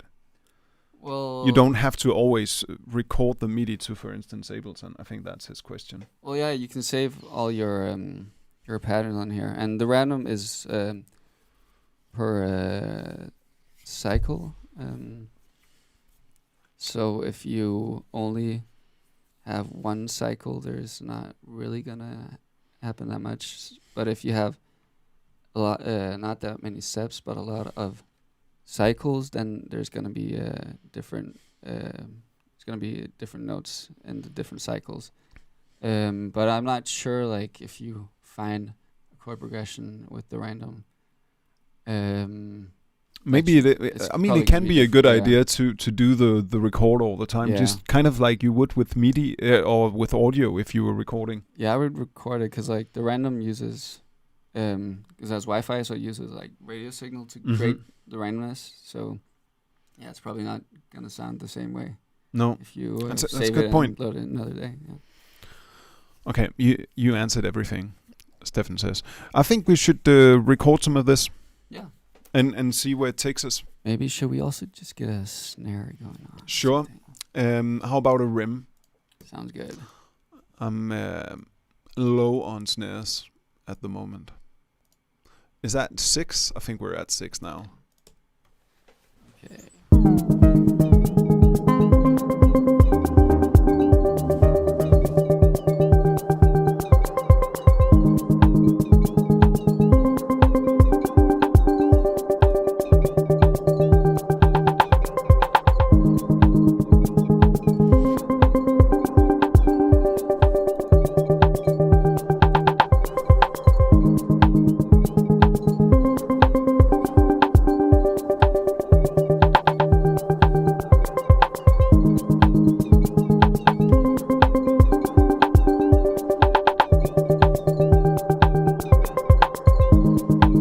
Sounds great. Fucking love it, man. It's like controlled chaos. Yeah, exactly. Let's get some.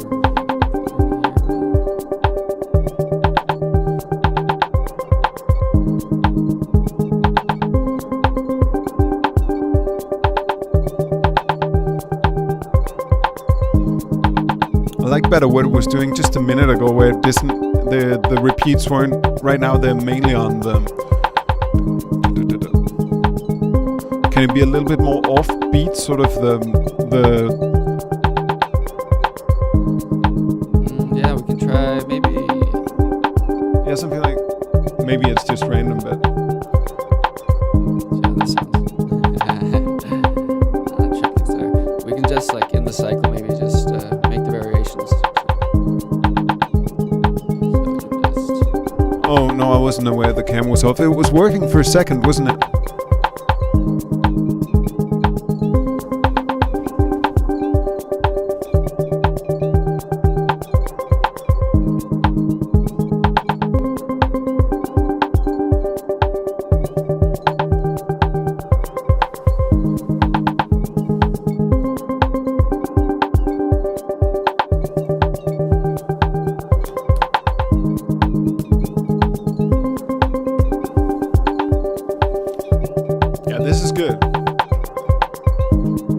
Alright, so we're switching to the wide angle instead.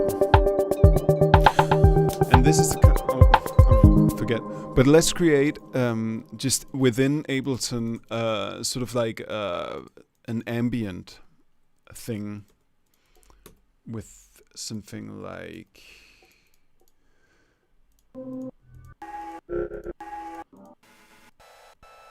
I'm just thinking something really low just to create an ambience. Probably not this melodic, but more like maybe something like that one.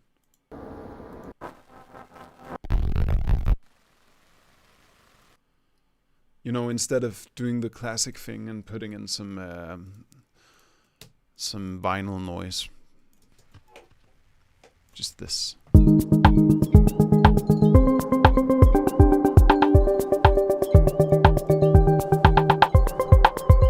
so we can maybe let's try and temporarily see if we put a new groove on. If it makes it. Yeah, sure.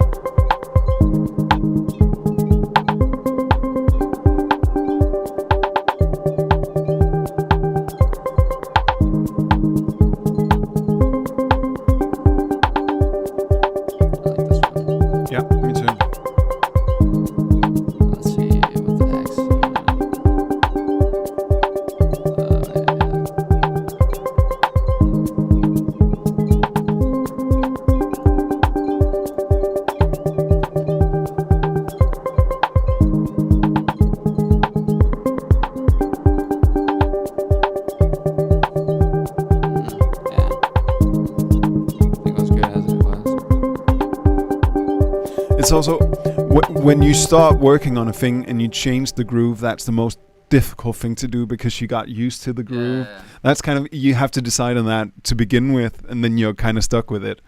Otherwise, it's going to start sounding strange. But I would love to record this and yeah, let's record it and maybe just a couple of bars as it is, and then I can try just making some stuff. Exactly. Let's start recording like 16 bars or something with the way it is right now, and then you can just start jamming away. And for that, I will just do one thing. If I can remember, this is a quick tip. If you, this set button up here, if you, I'm just going to use O. So whenever I hear something that I really love, say it's going right now, I'm going to just press O, and it's going to set a locator, and then I'm going to remember something great happened around that moment. That way, if we record like half an hour, I won't have to listen to all of it. Just a quick tip. Okay? Okay. I think I armed all of the tracks. We're using all of the drums here, the wavetable, the mini log, and that is it, right? I'm pretty sure. Yeah, let's try. I forgot to press actual record.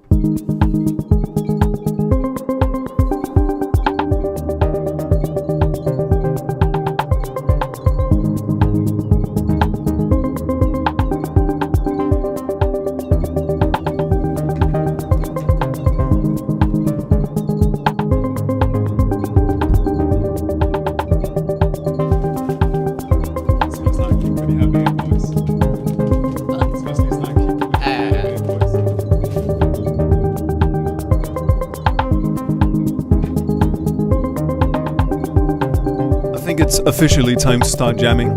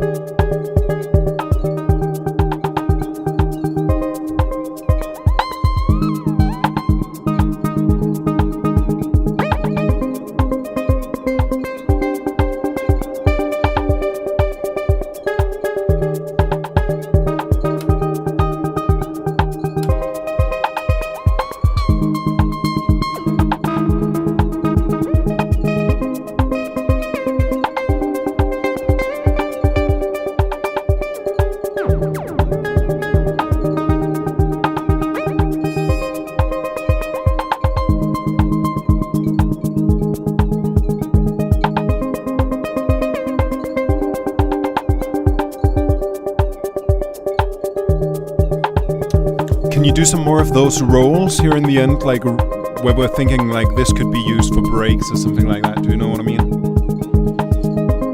Like stuff like length. Yeah, I think so. Yeah, exactly. Love this. Just gonna double tap it.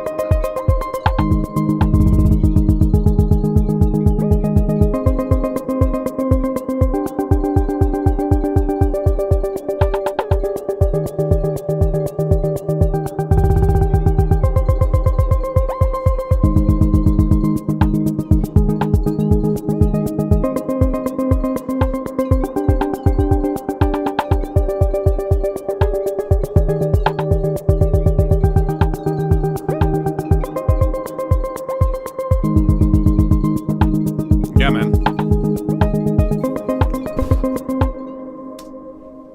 There's so much good stuff here. I think maybe to me the basis of what we recorded now, what I like the most is the drums and the wavetable. Maybe we didn't hit it out the park with the mini log thing. That's a little bit chaotic maybe, but it's also just because I really want to hear the wavetable. Yeah, it started like having a length of 12 or something.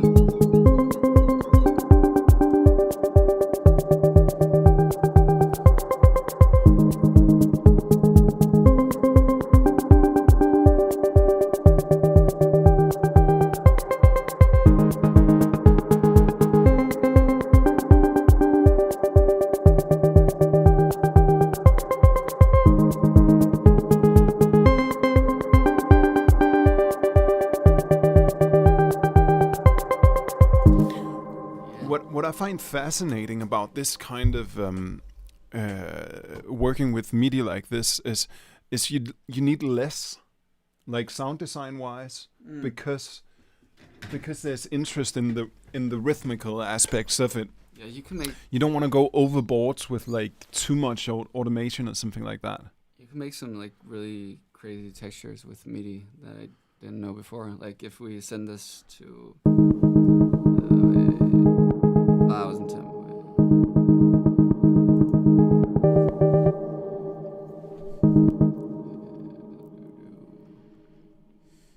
Yes, let's try to make this. Listening to here. Is this the mini log? No, it's the wavetable. Okay.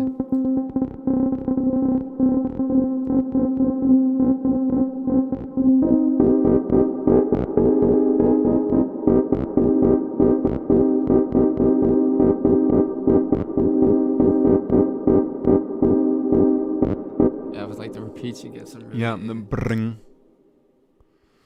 It's super interesting.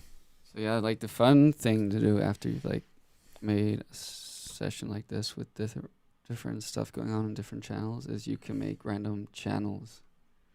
So let's just see how that sounds. If we censor everything again, and then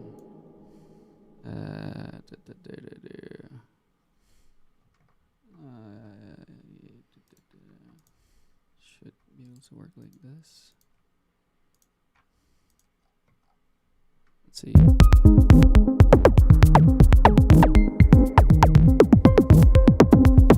Holy shit. Yeah. And it just Then we're getting into like IDM territory. yeah, exactly. This is something you forget if you don't use a thing like this. Is this thing about sending different pitches to MIDI? Like for instance, the kick is so interesting right now because we're sending Yeah. a way too loud, high pitch to it.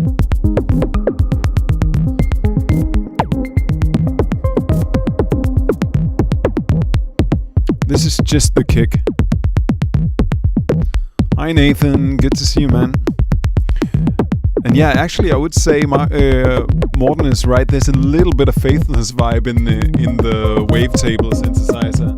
Do you know what I mean? Faithless? Yeah. Oh. Like late 90s. What's it called? Insomnia. I Can't Get No Sleep.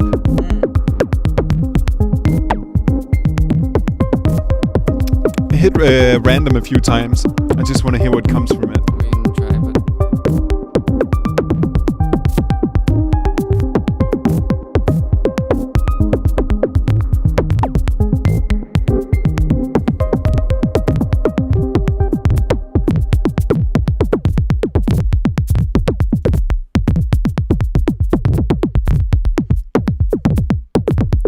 But I mean, apart from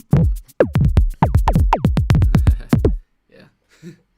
apart from it being a really good thing to write songs with, it's also like a dream to perform with. If you want to do like improvised stuff. Yeah, definitely. Yeah, that's where the Ableton link is really nice. You just Yeah. have it in sync with your session, and then just have your MIDI log controlled by the torso, and then just going nuts. I think we should maybe just try to start putting some order into what we recorded. You up for that? When I press pause and play, and I think that's from there. Yeah. The wavetable was more straight, and where the steps were like 16. So afterwards, it was more straight. Yeah, I think I changed the wavetable from there. Cool. Let's listen. Okay, so now all the MIDI is happening in Ableton. And I probably need to just...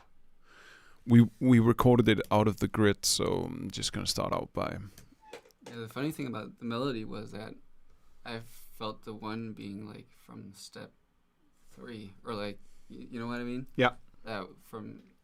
I don't even think I thought about it. That's what I love so much about when it becomes polyrhythmic, is that the one doesn't matter that much anymore. And you're just so used to being like a slave to the one. Do you know what I mean? It's like, and here we go again. That's to me, that's like what the one does is say back to square one. And when it's like this, you don't feel that particular way about it. I'm not certain I'm doing this the best possible way, but it's going to be almost in perfect time.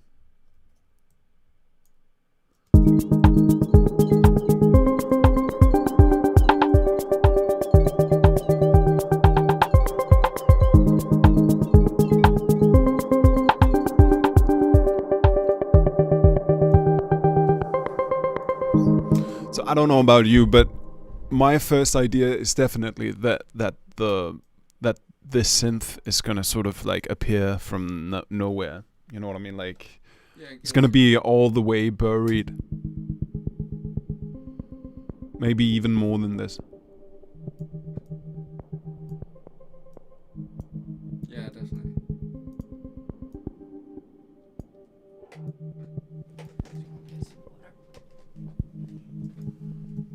Jeg har en dansk med noget i køleskabet. Jeg har glemt alt om.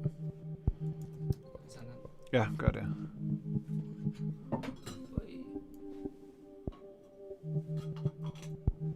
Så laver jeg lige et par automationer i mellemtiden.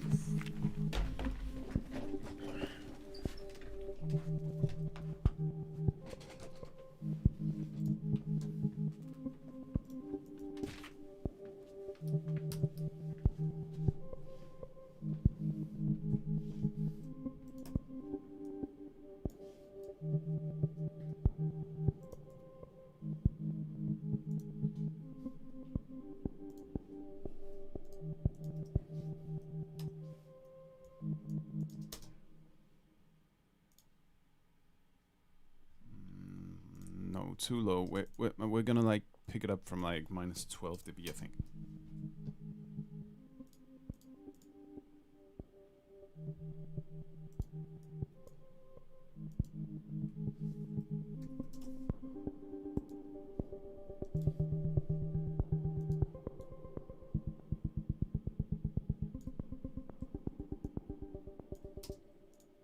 And then let's start out by having it super tight in the decay.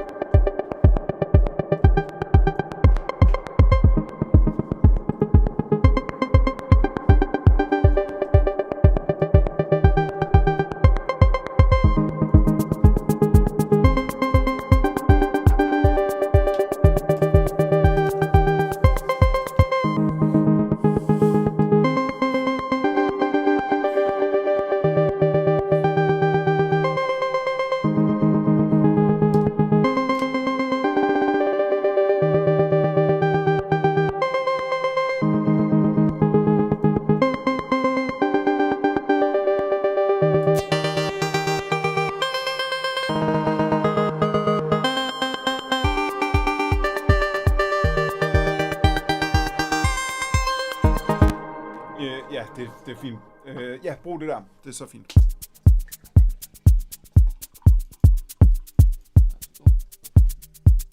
Tak.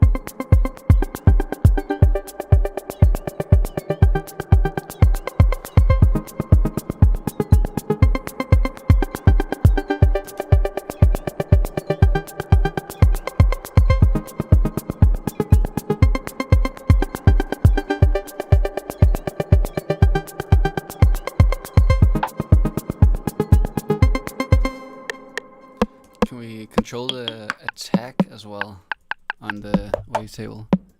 Definitely. Maybe. I just sort of heard like it going from a lot of attack to like maybe, I don't know if it makes sense to map it to the velocity.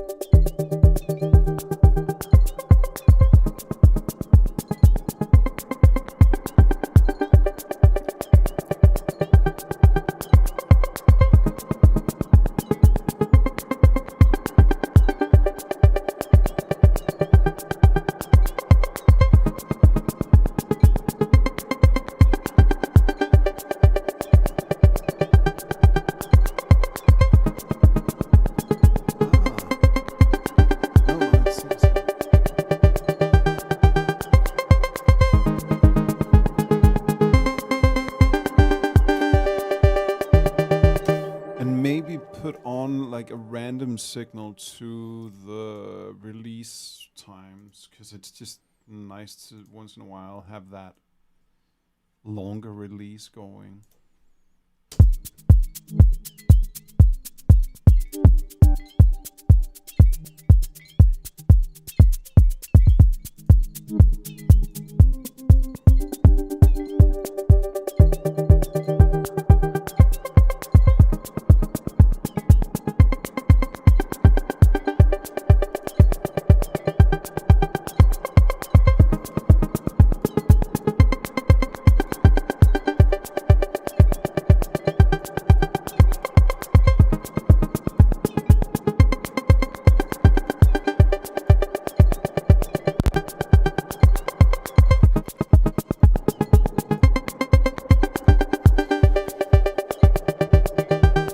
That one on synths. It's amazing.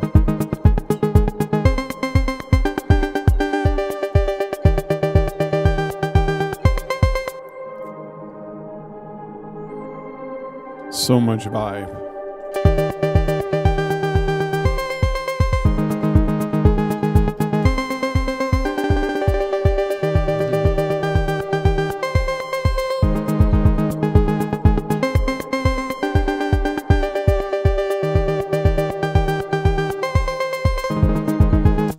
Okay, one thing we could maybe add here, and I'm not sure I have it saved, but then in that case it's just going to be a quick tip, is sometimes I just create a MIDI effect rack and then create like free chains, for instance,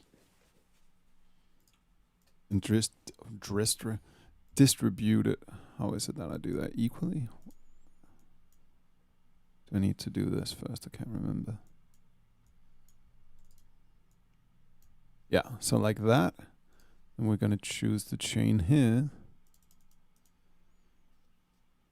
And then I'm going to add some pitches, just like for instance, do 24 plus and minus 12 or something. Because that way you can do fun stuff like...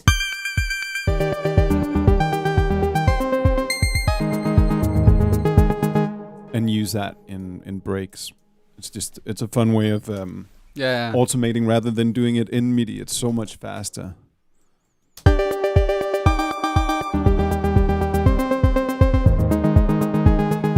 Do you have any idea what the key is?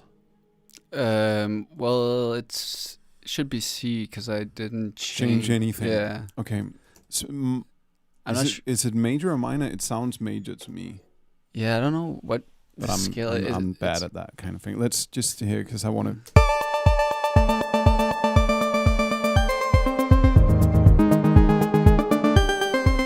Definitely not. Minor?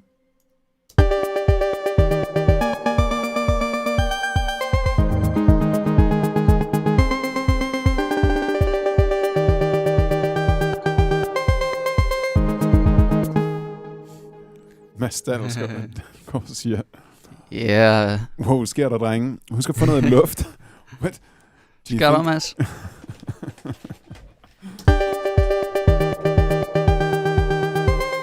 Okay, so let's...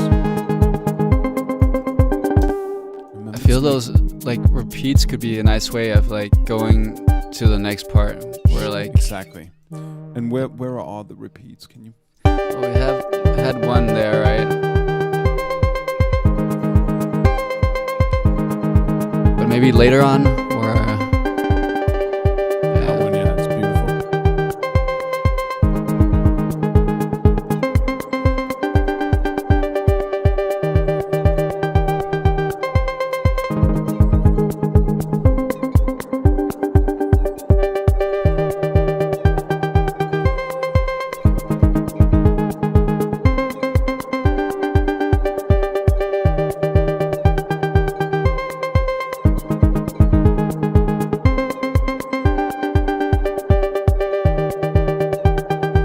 Okay, let's use the one over here. Is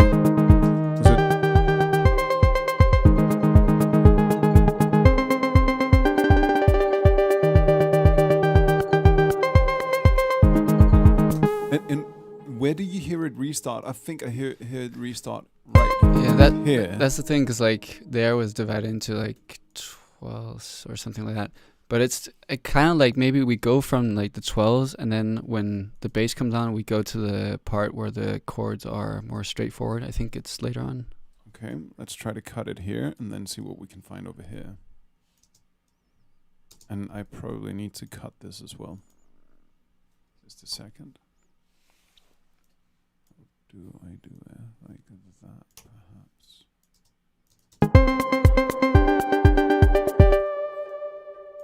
Let's say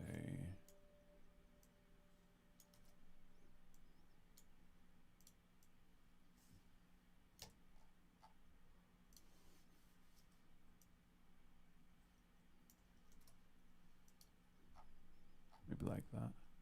Oh, I forgot to get the Minilog as part of it. How would you do you have an easier method of finding the one here? I'm not even sure what I'm doing, but maybe actually it does work right here. Let's just say that it's so close to being perfect. It's fine.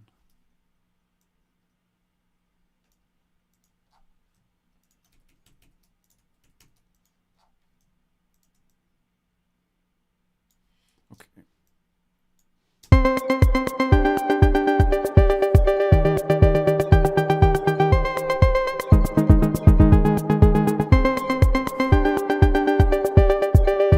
Could be, Stephanie. It's that time of the day where the sun enters the studio.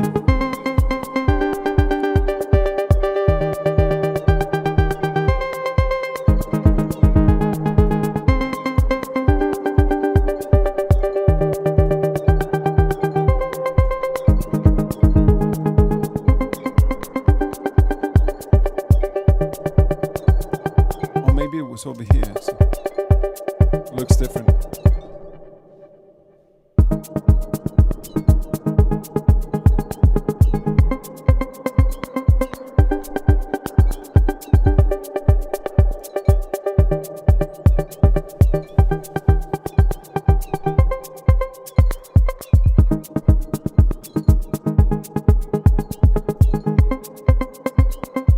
I kind of want to find a spot where it does more of the repeating stuff that I really liked.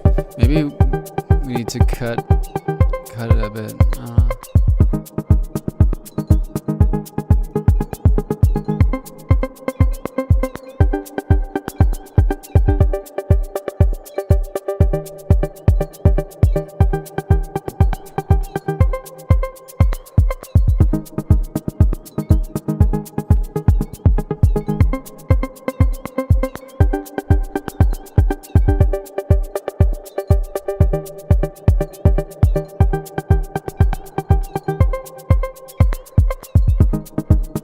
I think I like the other one better, but maybe... Me too.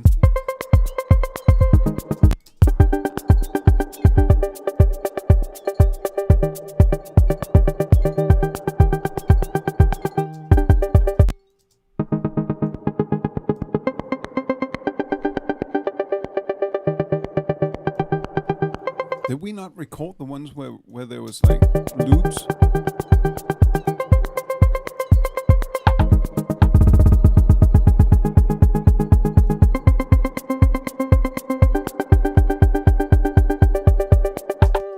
I do enjoy that. Yeah.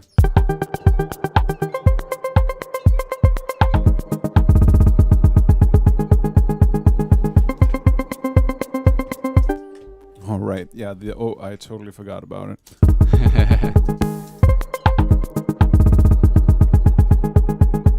Okay, so I want to use something from this. Yeah.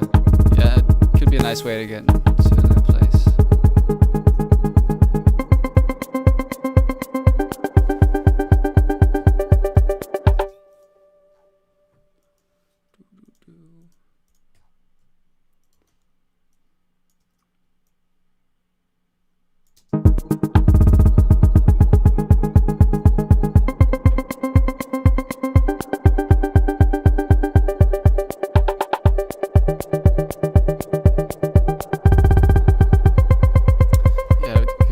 On that chord.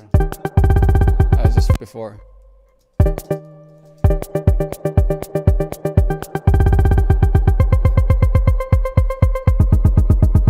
So then Like, how do you hear the loop?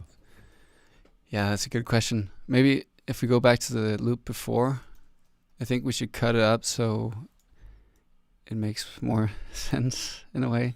Do you mean the very first yeah, half? the first. Okay, so let's see where we get the...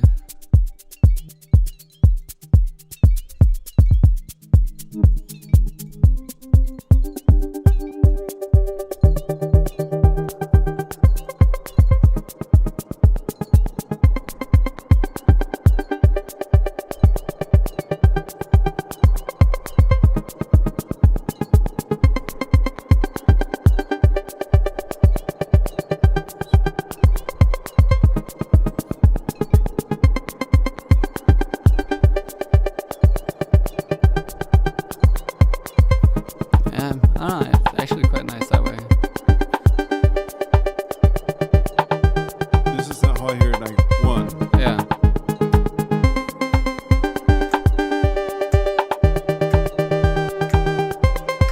One. Yeah.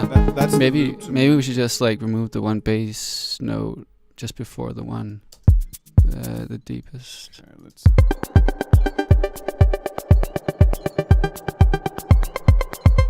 Yeah, that's definitely the one I feel. Yeah. Yeah. So what do you want to remove?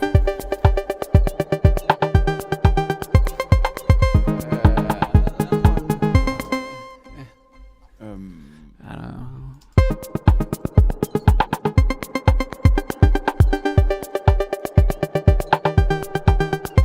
Maybe just those notes right there or something like that. Try and mute those. Kind of like on that one, maybe. Yeah.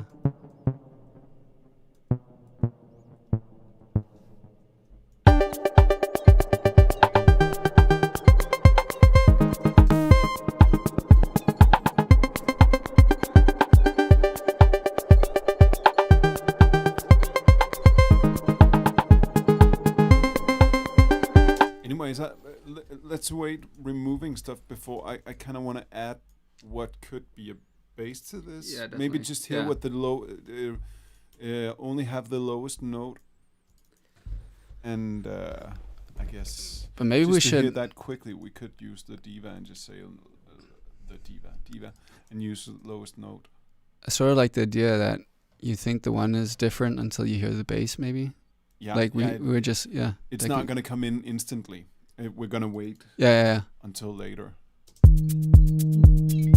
Okay, so how is note priority lowest? Yeah.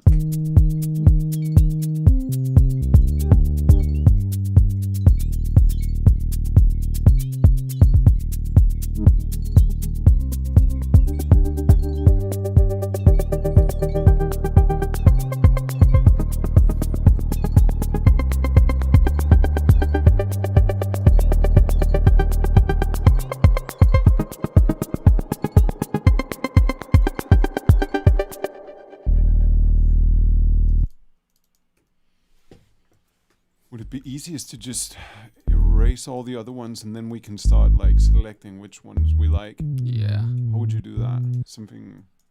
Yeah. I'll just exactly that way.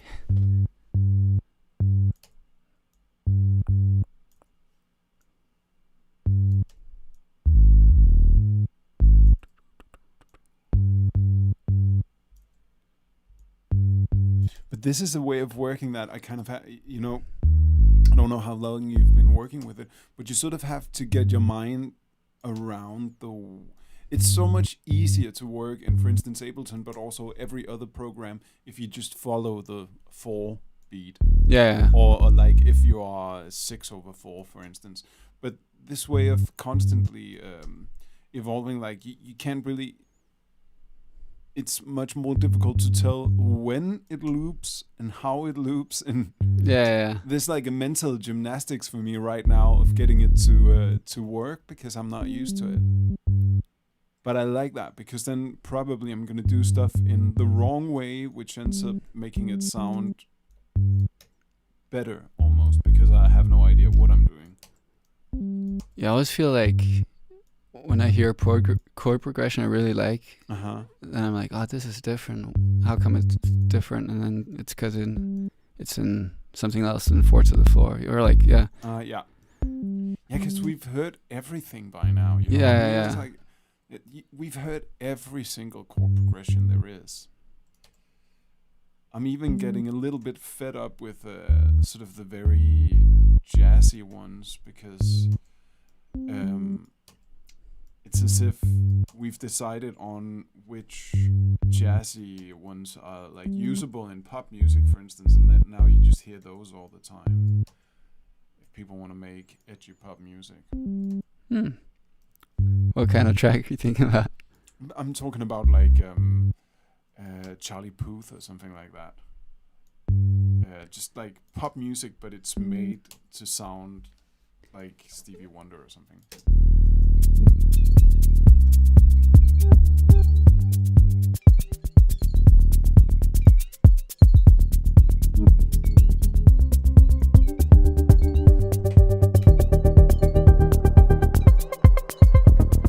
Okay, so when it shouldn't hit until over here or something, right? Let's hear when it is that it's repeating.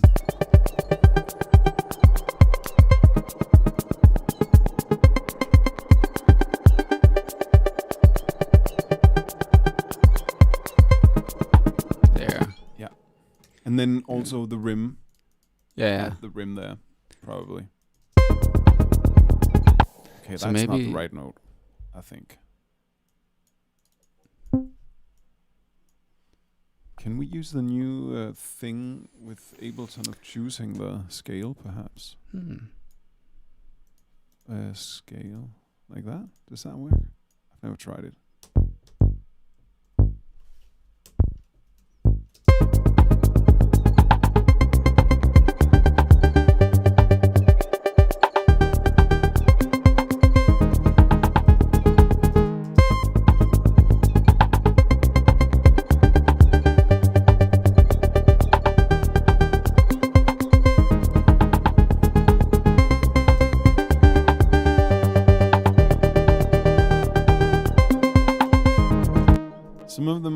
Some of them are not. Yeah. I feel like when it goes up to the G3 there, maybe it shouldn't. And maybe go down. Yeah. I also feel maybe like the rhythm could be like a long hit and then the more staccato ones. you What? know? Sorry. Like the bass rhythm could be like more a long hit and the more staccato ones we have going on now. Like maybe. Is that what you mean? Not as long. So maybe. Yeah. Maybe like the triplets yeah. or something to begin with, and then then slowly turn into it. Yeah. Then a longer decay, probably. Yeah, that was decent. Do you want to? Let's see. In that case, I'm gonna take a few bites of the cake you brought. Oh, well, that's a whole. What do you say? Inslag in itself. So.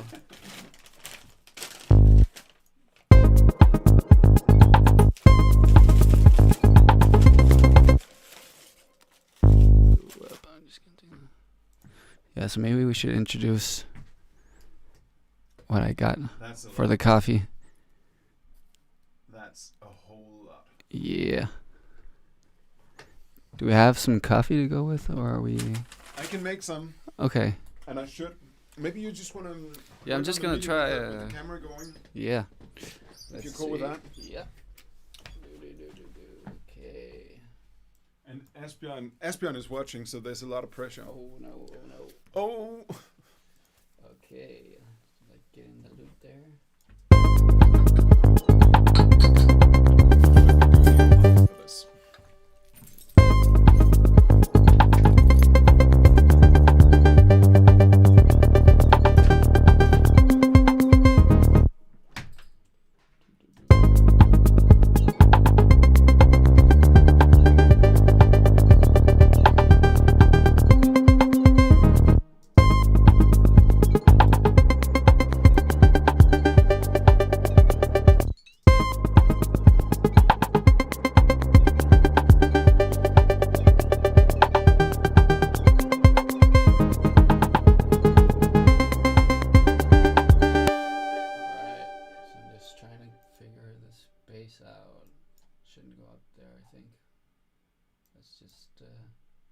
Get it down.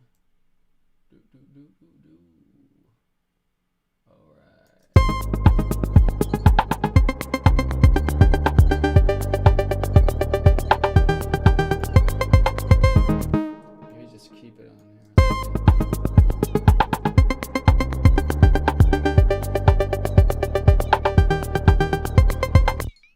Yeah, it could work.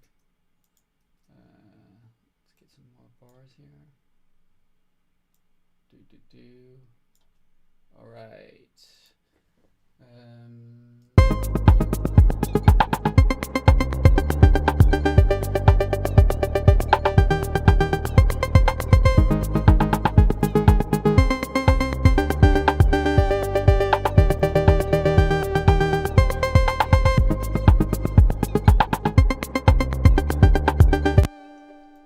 Yeah, we can definitely make some more interesting stuff with these chords, but I'm gonna wait a bit until Espen comes back with coffee so you won't be too confused. But I'm thinking of using the chords we made, also putting them in a new track with just like a kick, so make like a gate dummy. Let's just get let's get the simpler and load in some stuff in. Okay, and I'm just gonna get some random kick from Espen's library. Let's see. Alright, there. And I'll just take the MIDI down. Alright.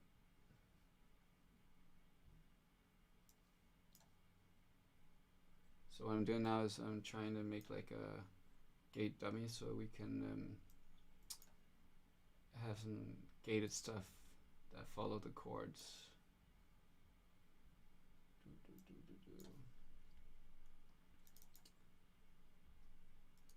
And we can just try and see how that would listen, or how that would sound. Let's get. I don't know what kind of plugins Espen has. Let's see here.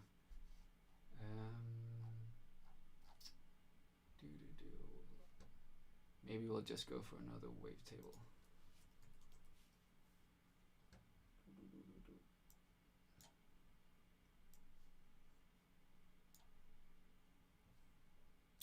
All right. Gonna get the gate.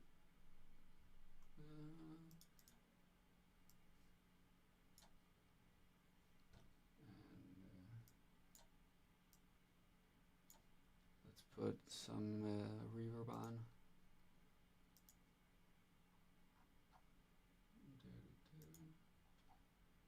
Gonna go for the Valhalla Vintage. It's really my go-to. Okay. And now I'm just gonna drag in the chords as make like a pad. So I don't know if there's any better way to do this than just like manually doing like this.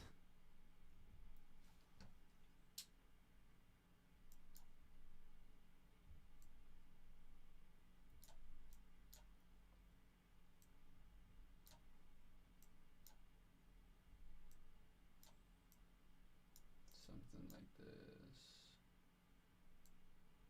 Okay, let's just see how this sounds like. Okay, and then I'm sidechain it to the gate dummy. I'm just gonna call it that.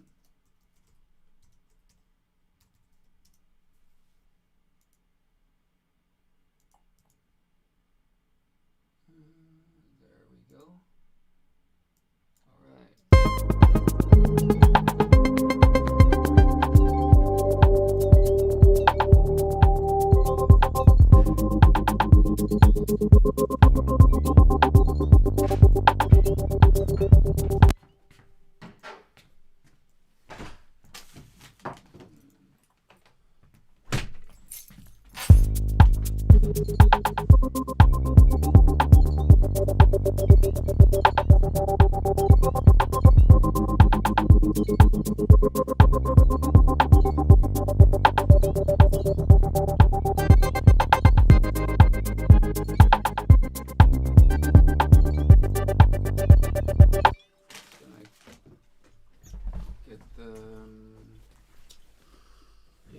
So welcome back, Espen.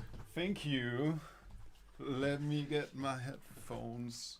What are the? Oh, over here. Okay. Well, that was my debut as a streamer. As a solo live streamer. How did it go? Not so good. Okay. Nah. But no big anxiety breakdown or anything. I hope Asbjørn likes it. That's good. But he hasn't written anything, so maybe he doesn't. Oh my God, Asbjørn. Be nice. Yeah. I made like a gate dummy, and then so we cool. also have the possibility of just like having chords. Yeah, you can listen.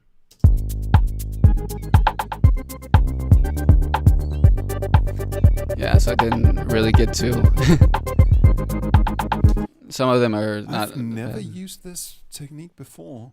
That's smart. I always use this plugin called Trigger Gate.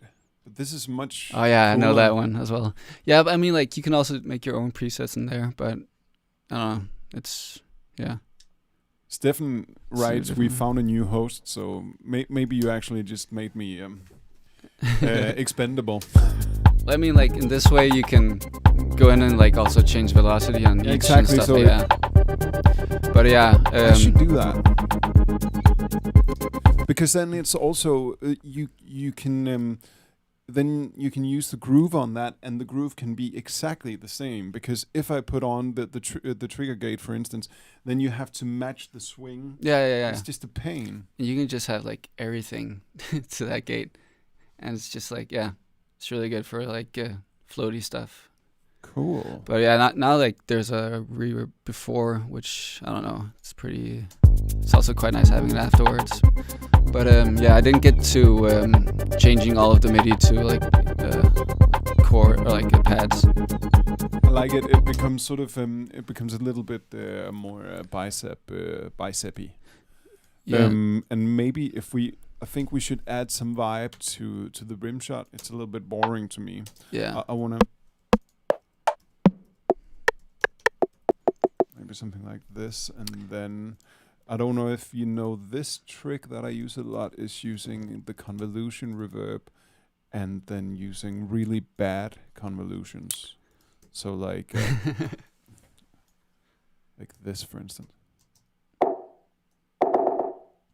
Nice.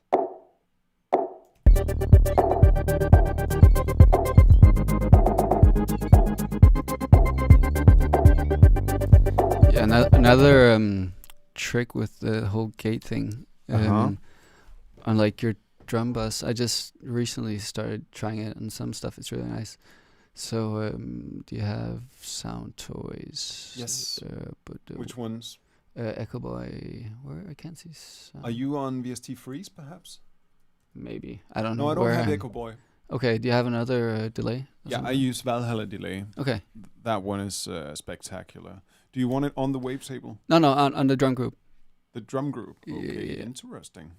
And then you shall see. Okay. So then I make a group so we can have The clean signal. up. And then on this delay, we can then have the gate as well. Let's see here. Audio effects gate. So maybe we have it Also, afterwards. if you push that button, the mouse is slower. Because I know that Yeah. my mouse is at like League of Legends gamer. Yeah, the sensitivity is insane. sensitivity. So I had Jesper by the other day to hear the barefoot, and when he got an actual shock when he moved the mouse, it was like, because it was so fast. Okay, let's go note and 16s perhaps. Yeah. A high feedback, and then do you want to use the gate dummy again, the same one? Yeah, exactly. Okay. So then either This is interesting because then you can also have, then you can just have. It's sort of like having a main rhythm for all the gates in the track. So also later on you can change the rhythm. Yeah, exactly. I'm never gonna do it the other way again. Why didn't I think of it?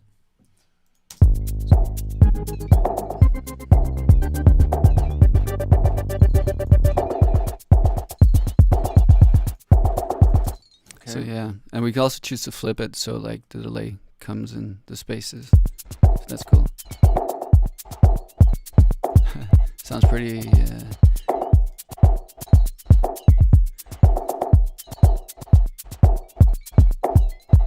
Oh, it's because I forgot to press sidechain. I just chose the audio from, but yeah, whatever.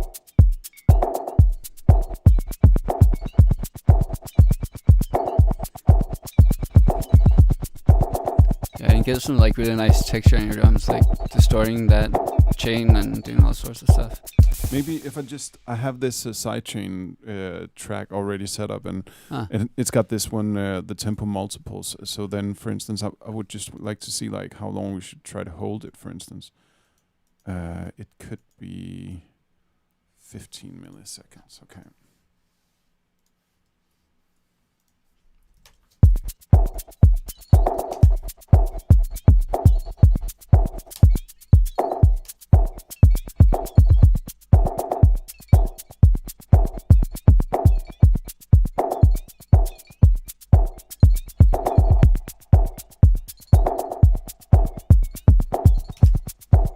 This is let's try to change the time.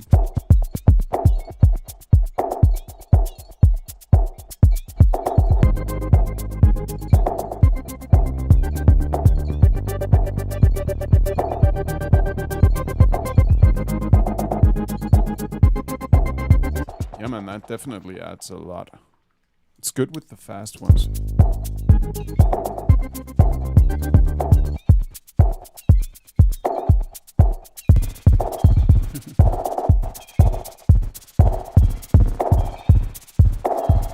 It's also like if you Sorry, what?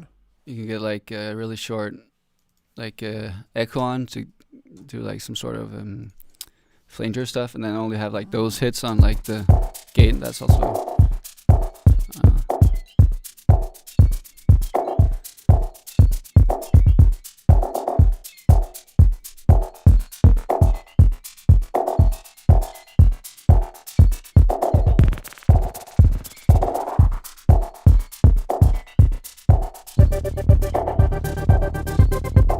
Maybe it's like blended lower, yeah. just to add something. Yeah, like that too. Nice. Is the coffee good to go? Oh no, you need to pour more water on. I All right. totally forgot it.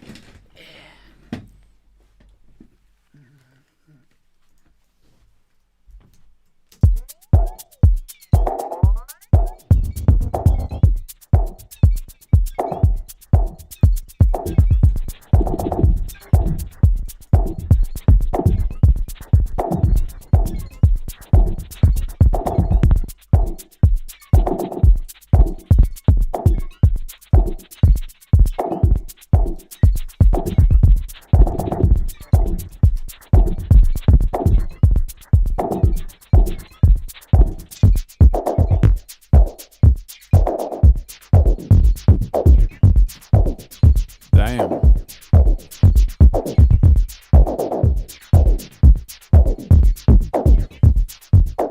Okay, I'm not at 16,000 dpi, but I think I might be at 9,000.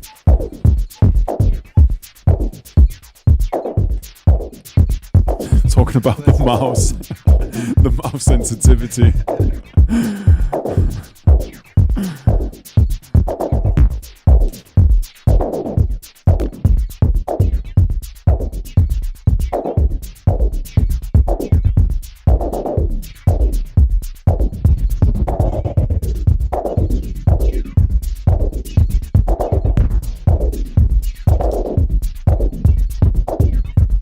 I'm trying some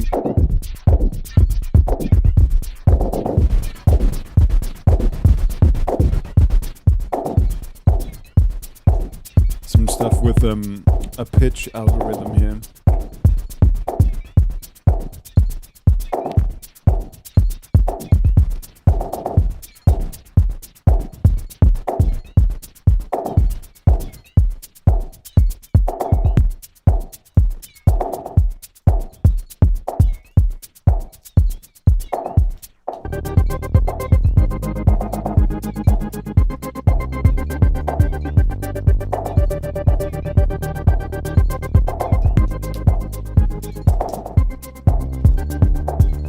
I like a bit of reverb after the gate as well, just to make it swim. I'm just gonna send back to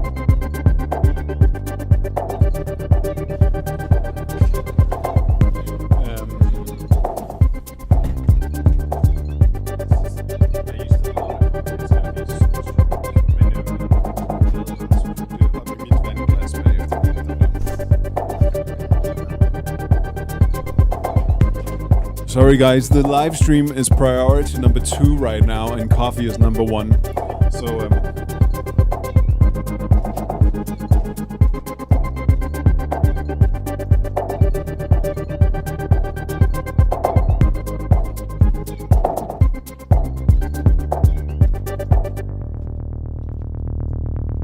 not sure about the bass though. Maybe the bass should just be like held notes instead.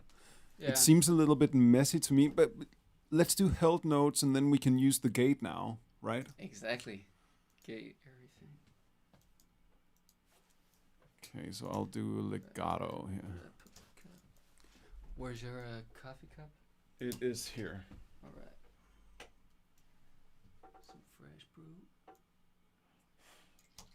Fresh brew. Yeah.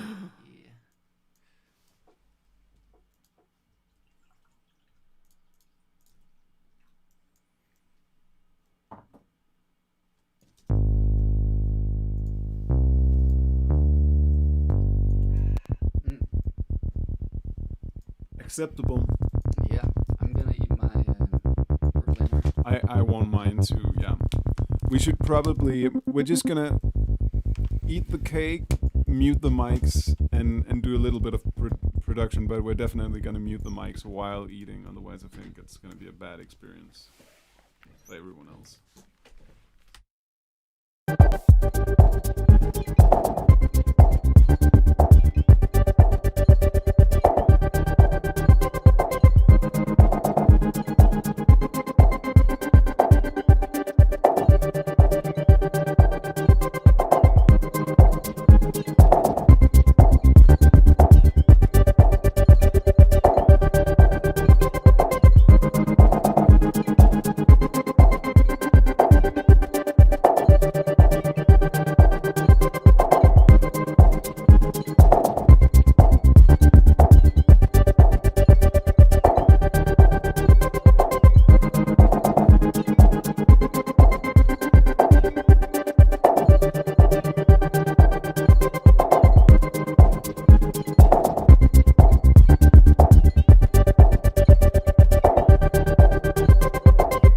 You know, we can do like a brevkasse situation while we eat, and I can sort of make sure not to eat into the mic.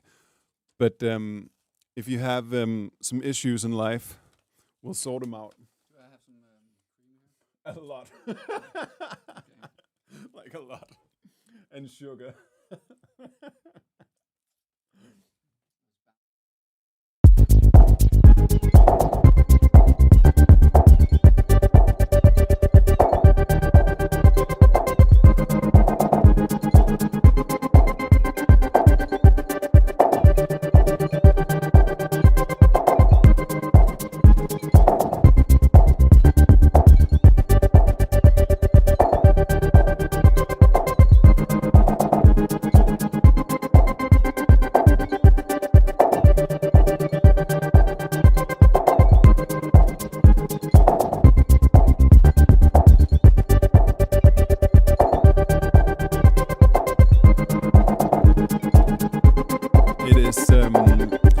I wouldn't say it's for fun. We're trying to make something, right? We're trying to make something that could be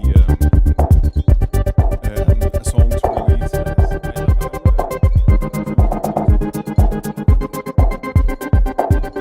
I'm definitely thinking a lot about right now that everything doesn't have to be a real release. I like to release more stuff, just like B-sides, kind of on some stuff on Patreon,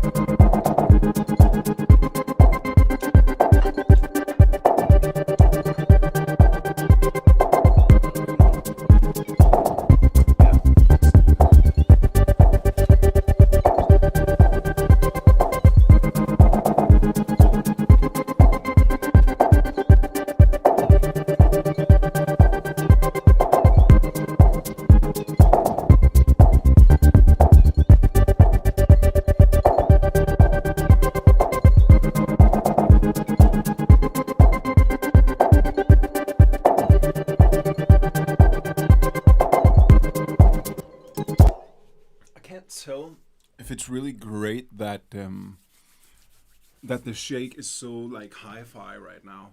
It's the shake is a diva thing. It's just like it does have that extremely clean. Yeah, we should definitely try getting some different percussion.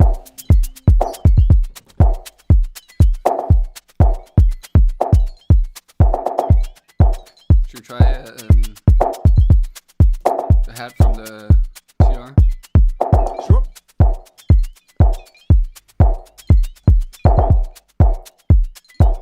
It doesn't always. We need to spend a moment getting it in time. It can be a little bit of a diva. Let's see.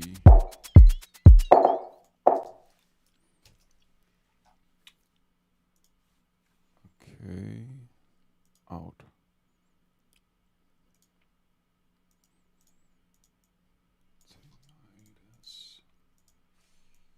I'm not sure what channel.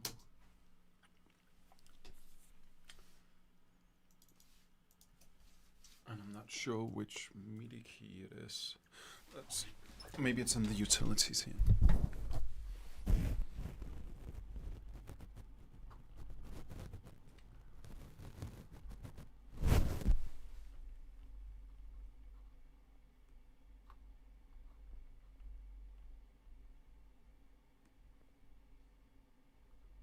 Instrument node, yeah, this is it. So maybe it seems okay.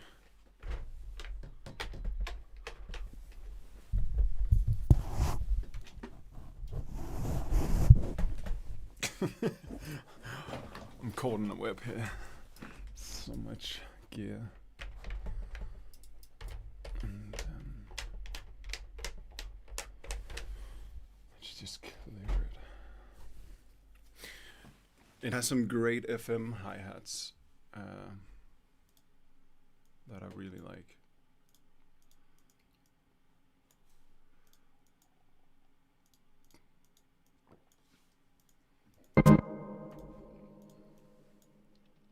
But I don't know.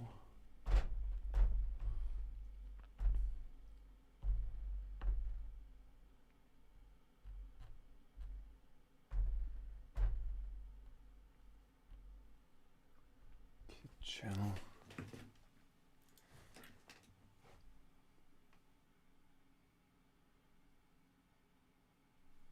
The Mystery Machine Adventures in Sound is we already used it a lot, but it's this guy.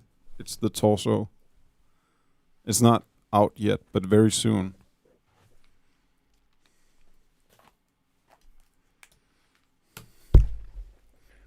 How the fuck do I send? Does anyone have a TR-8S and remember how to send MIDI to it? Because I haven't done that yet. And right now I'm struggling. Maybe is it this one instead? No, it shouldn't be.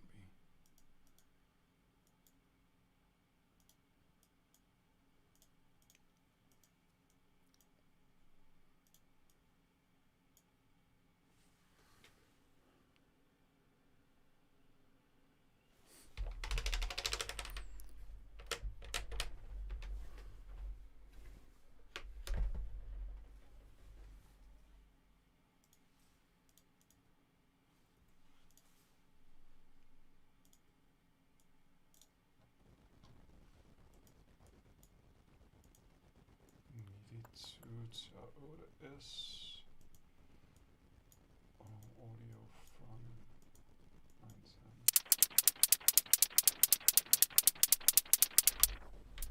But that is just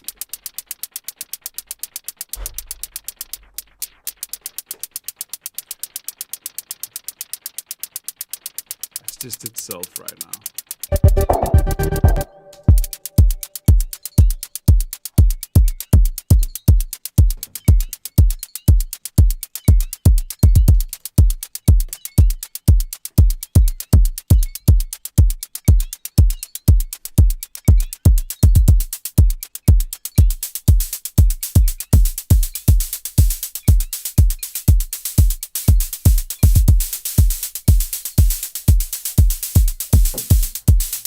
Okay, let's see. Then we can choose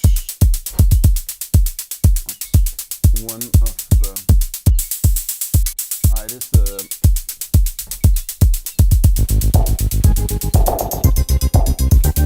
So then you have the two parameters, the morph and the length.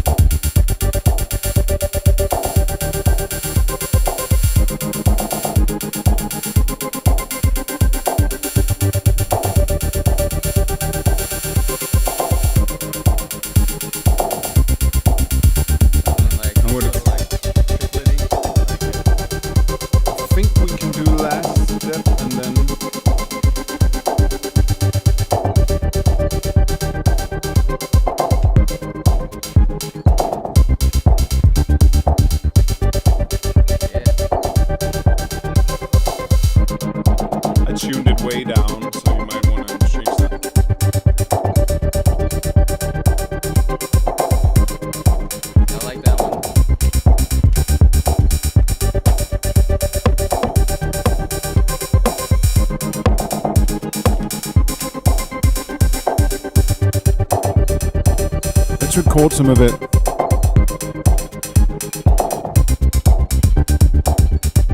Yeah, Migati, we're going experimental today.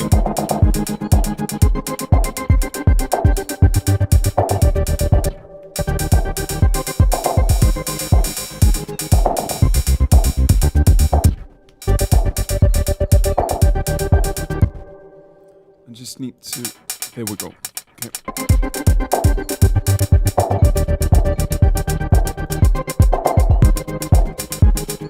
Do you want to record something where we just have the sound of it with all the automations as well?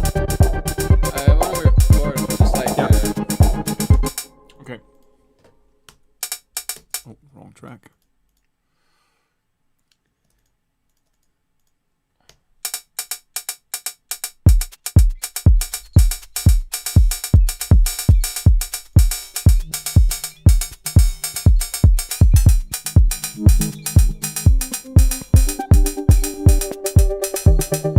Tak, Morten.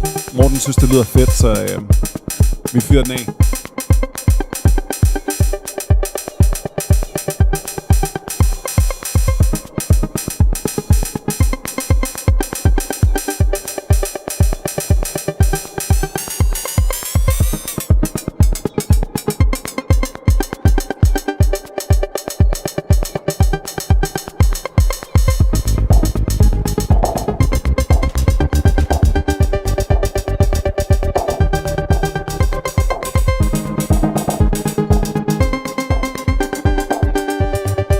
I love it when it changes pitch.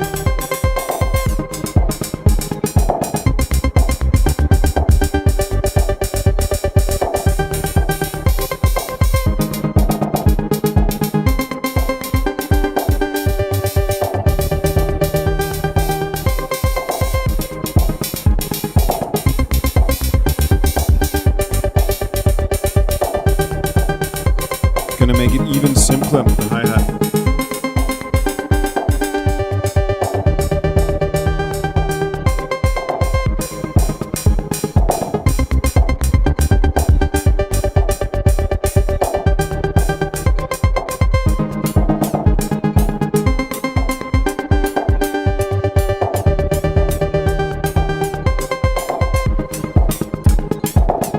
Neither.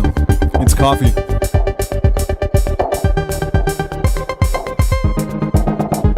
Cola's disgusting, man. And Guinness is too. So if you see me drinking something brown, it's coffee.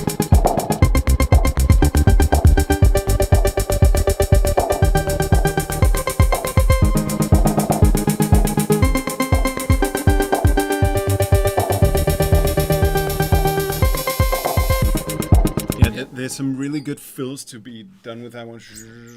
Yeah.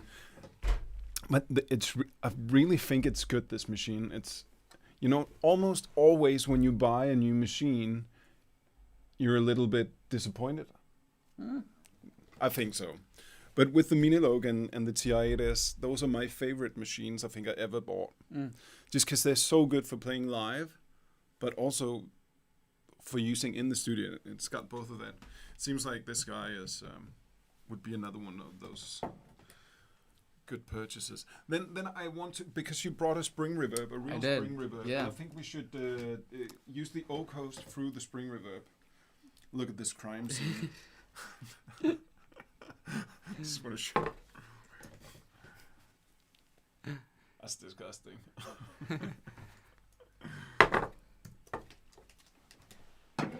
Okay.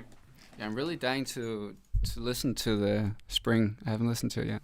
Let's use the MIDI that we created for the Minilogue, but send it to the other thing instead. Let's see. No, wrong one. You're right.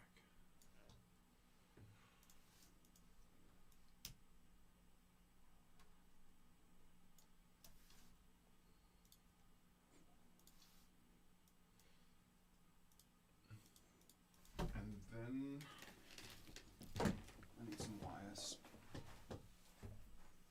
So I'm gonna go from here.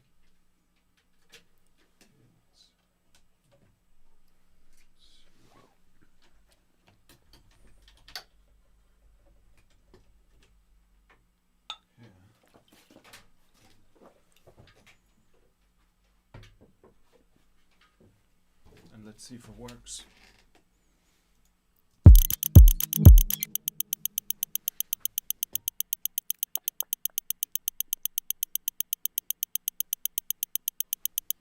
Interesting.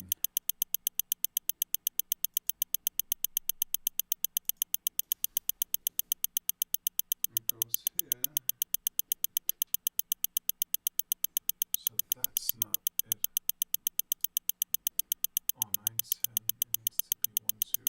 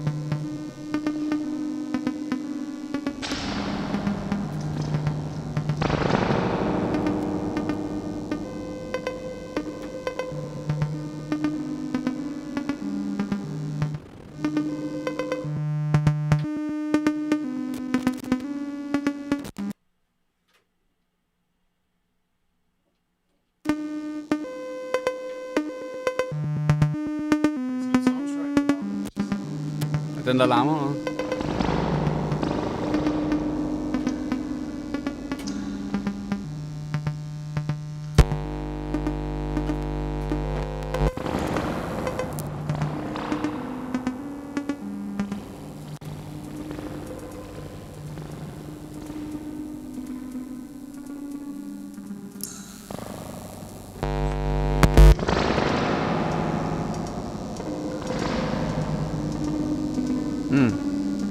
Okay.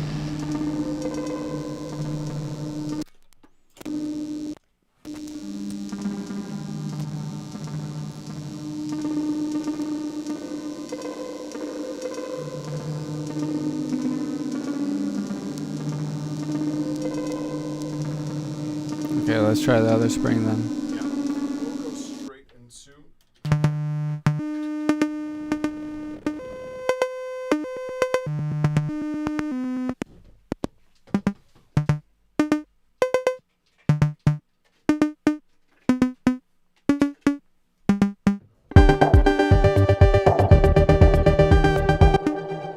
I need to.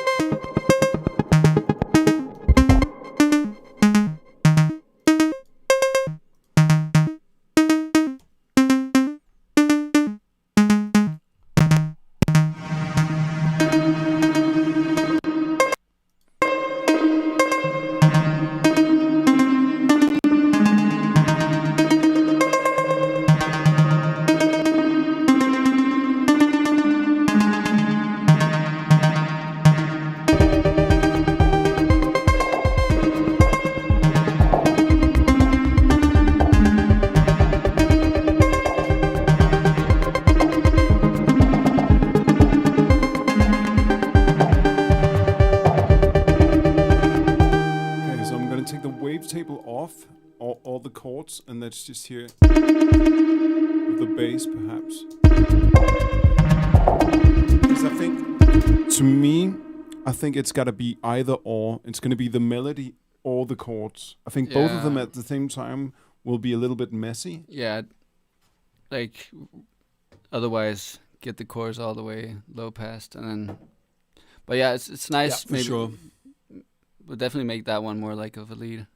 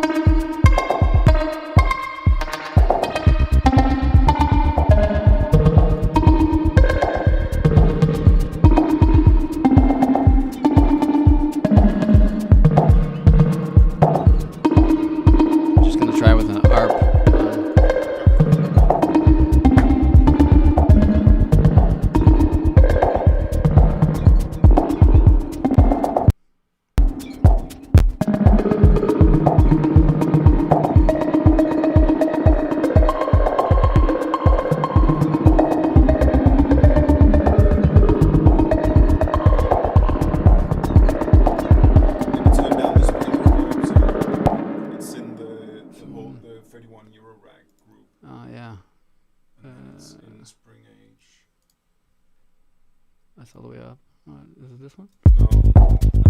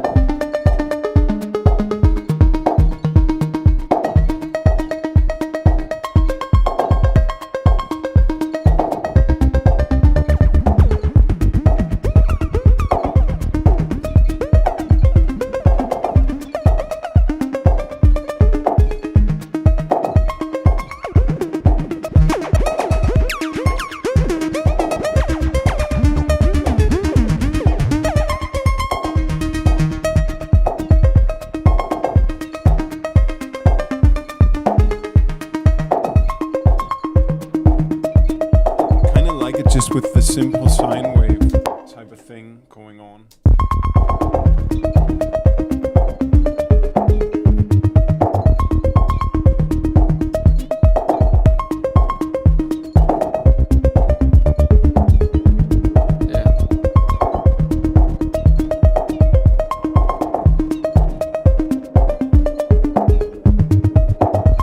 Then maybe distorted somewhat.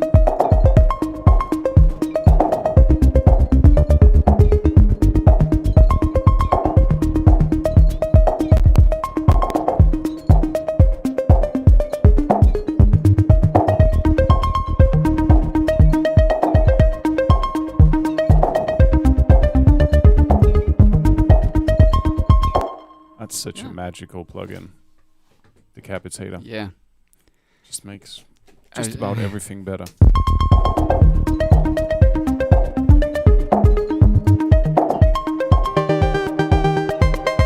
Okay, I'm gonna let's try listening to it with the the pad thing, maybe. Like the lead is and that this one? Yeah. Okay.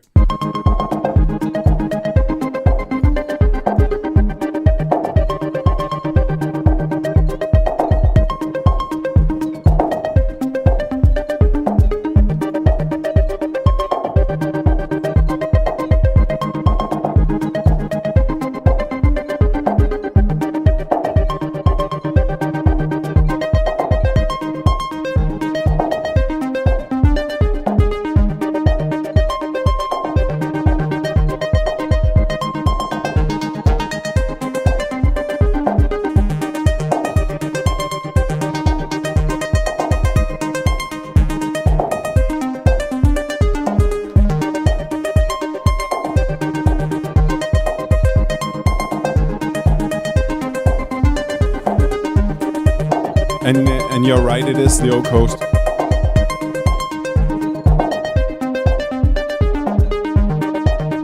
Maybe instead of the whole melody thing, let's try to do some simpler MIDI with it in a way where it's just sort of a little bit like the hi-hat we just did. And then maybe repeat over like 7. Oh,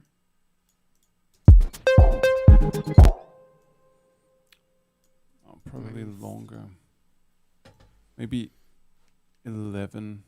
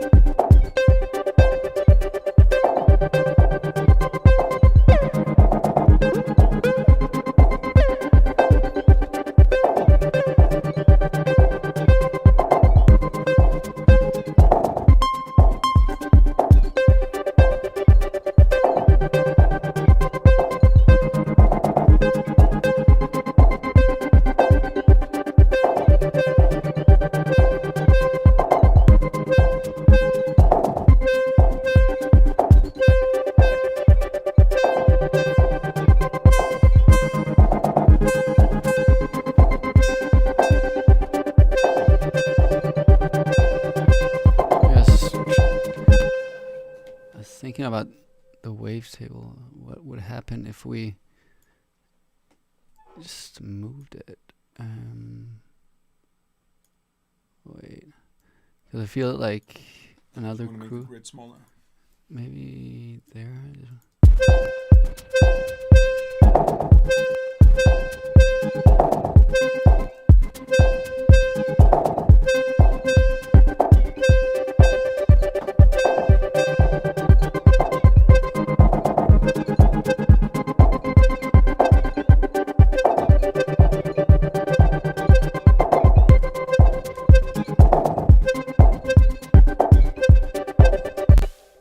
Yeah, maybe just having some of them be in that position or something.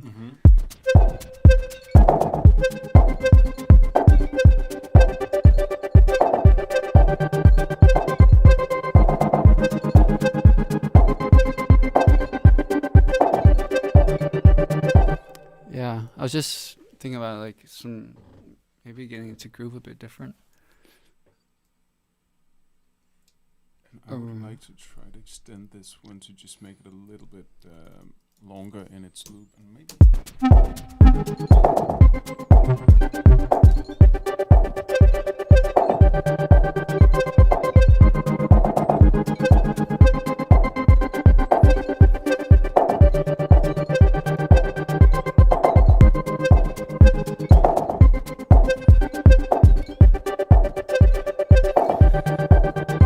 Maybe let's try the Transgate plugin on it. Sure. Oh, it's that one we have going on right now, right? Or which one? Yes, that's the gate we have on. Okay, never mind. I thought it was the 22. But maybe we can try and changing the gate dummy up a bit then.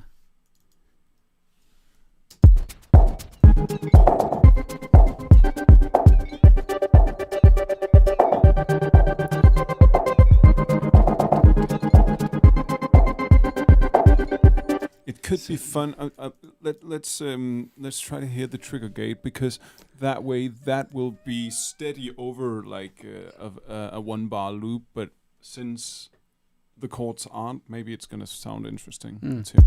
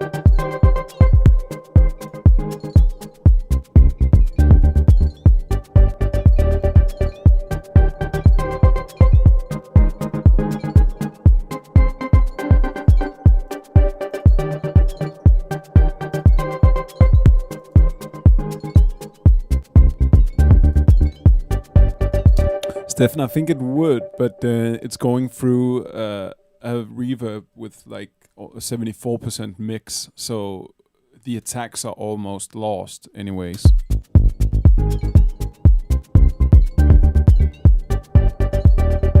Definitely, like, it loses some of the polyrhythmic quality. Yeah, true. But it is nicer that it's more calm, like that there's fewer gates. Yeah. But sort of like the gate right now is maybe too repetitive. That's what I think about the plugin there, is that it's hard to make variations over a longer period. Yeah. So, but we can take what we made with it and then transfer it to the grade. So it's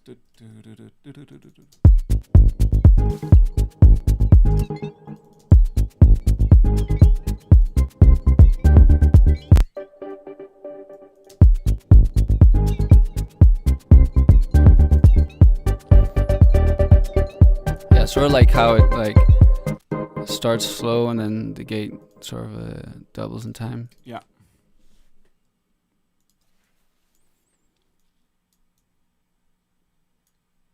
So do you want it to, just 1 second, let's make it 2 in length, and then do you want some faster repeats over here? Yeah, maybe like every end of every second bar or something. I don't know. Let's see.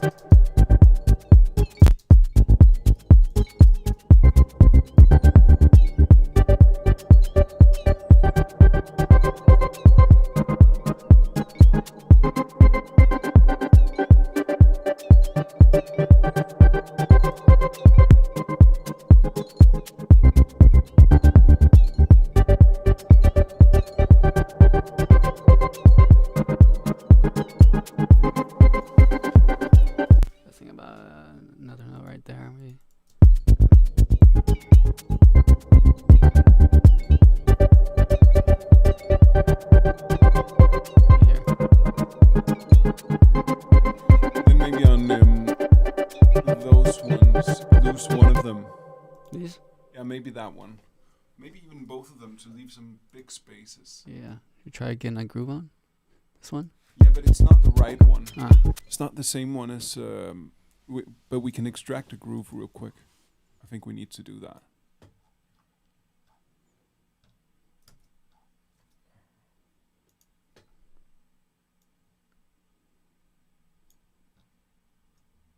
Okay.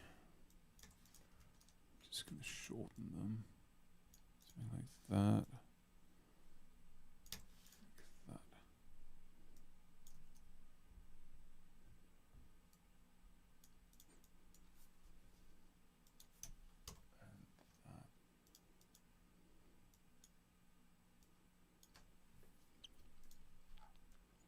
Let's see if that works. Gate dummy.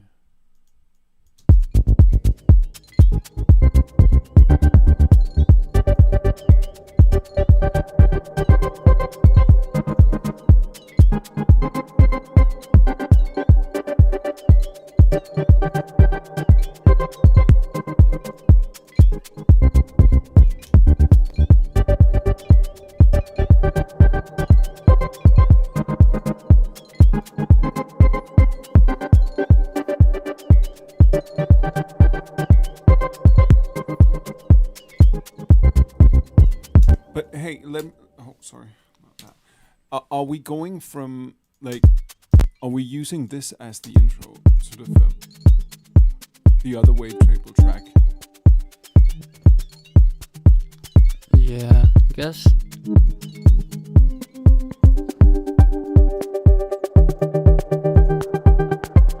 I like how it comes in.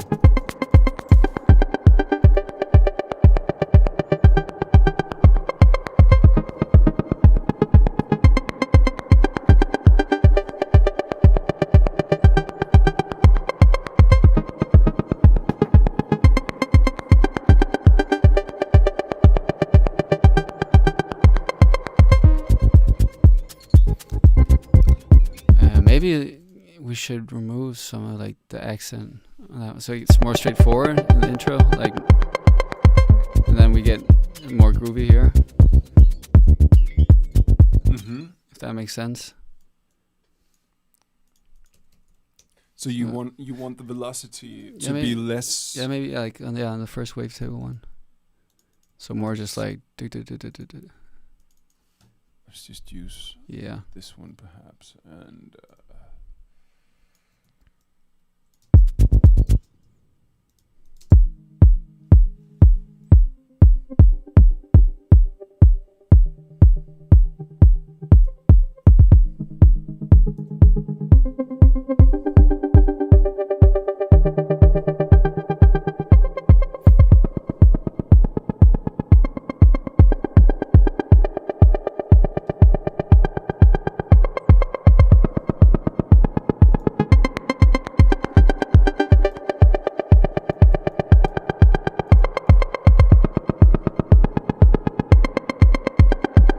I think rather I'll just lower the global mod that the velocity does, because I think it gets a little bit flat without anything.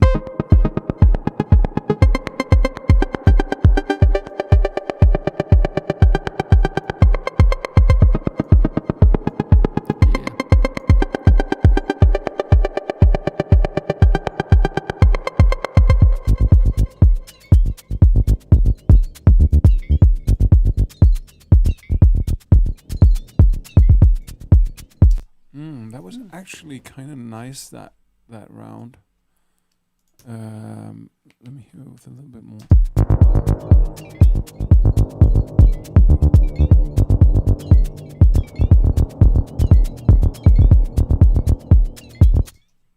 Yeah.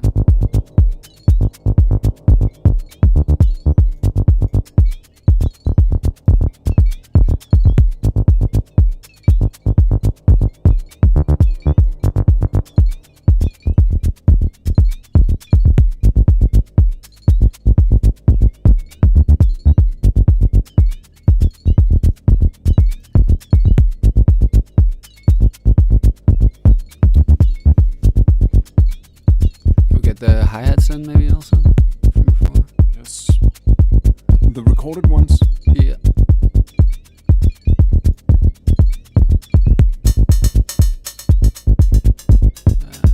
Maybe not that round.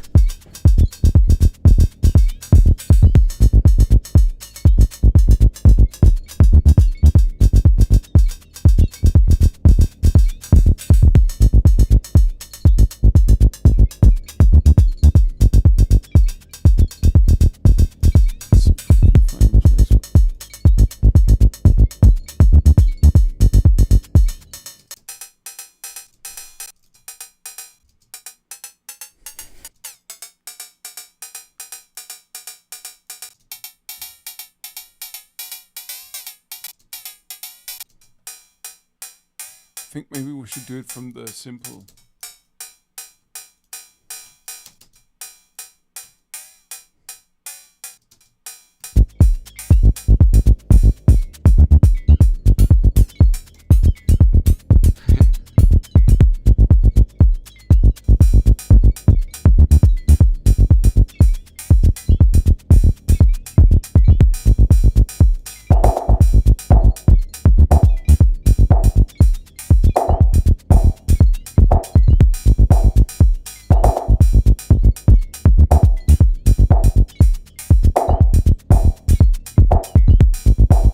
Do you know the plugin Lossy by Good Hertz? Nope. I think you'll love it, because I want to put that on the hi-hat. It's especially good on hi-hats. What does it do? It does lo-fi stuff, but not in a bit crush sample rate way. So for instance... I guess like artifacts. It sounds Yeah, nice and weird. exactly, yeah. like bad MP3 for instance.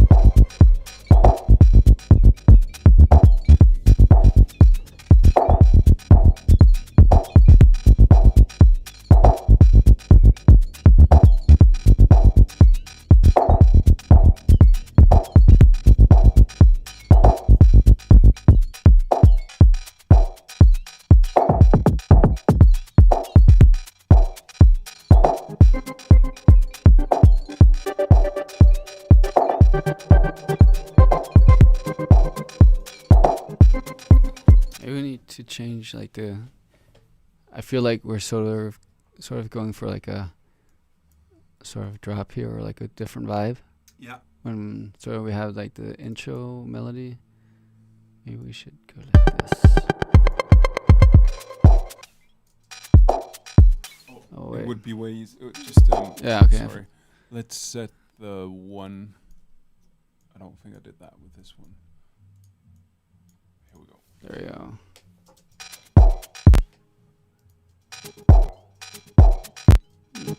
Is it out of the? Yeah, I think it's just before. Yep.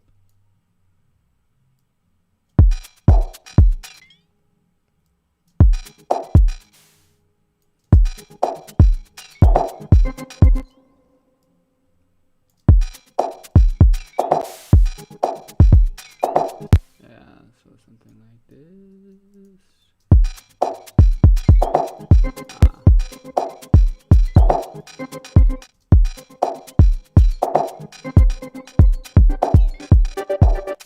And then get like maybe a different kick and more. Something with a little bit more body, I think. Yeah.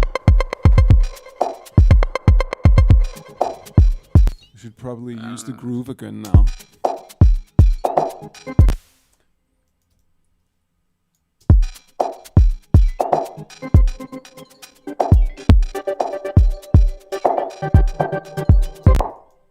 Okay, so I will put that down here. Let's see what we got.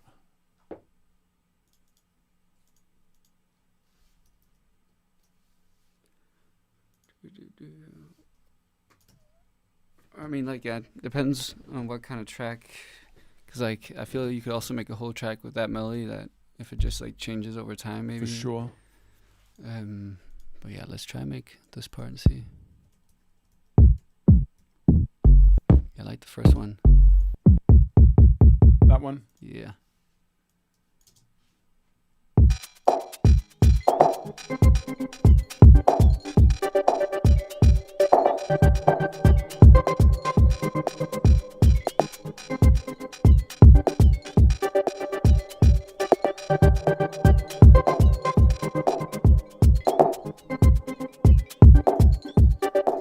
Probably just simple 2 and 4 in the rim. I think that one shouldn't be complex. Yeah.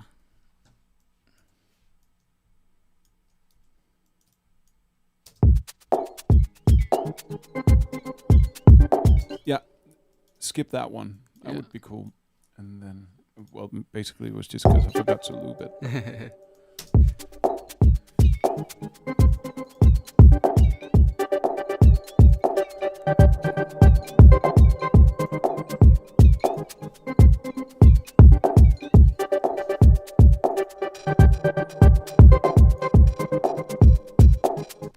And then quiet.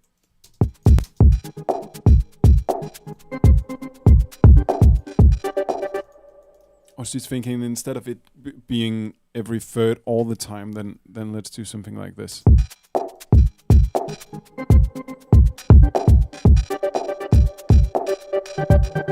Oh. And shouldn't it be tuned up a little bit?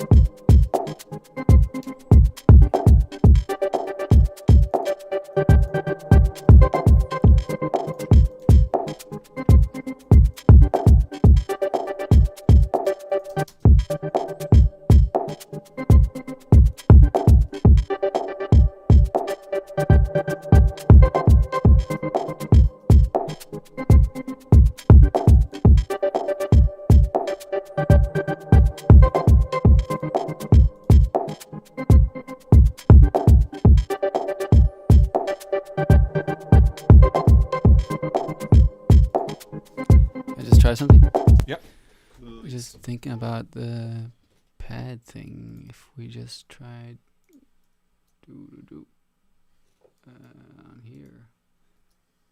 See how Sure.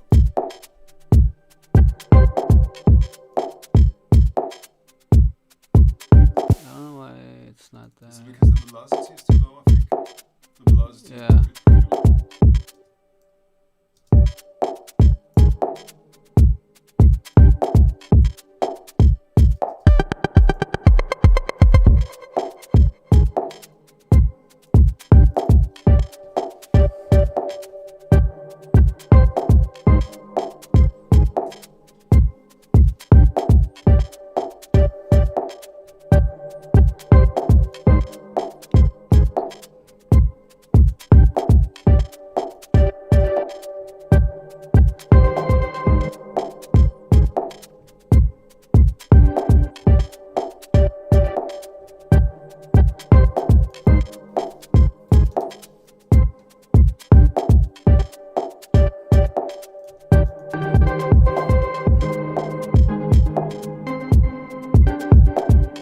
I like it better flipped. I When it's mean, like when it's it should be lower then, but maybe like.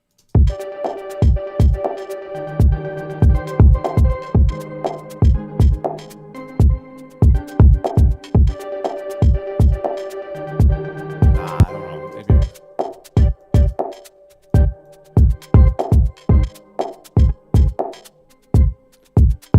try listening to it with the bass, maybe.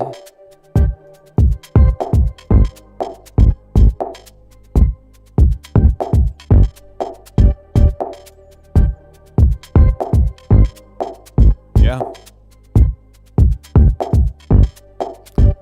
There's a lot of room, like, to make something, yeah.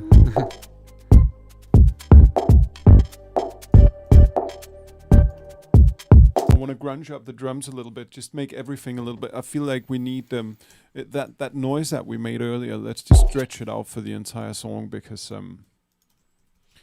just create some glue. Yeah.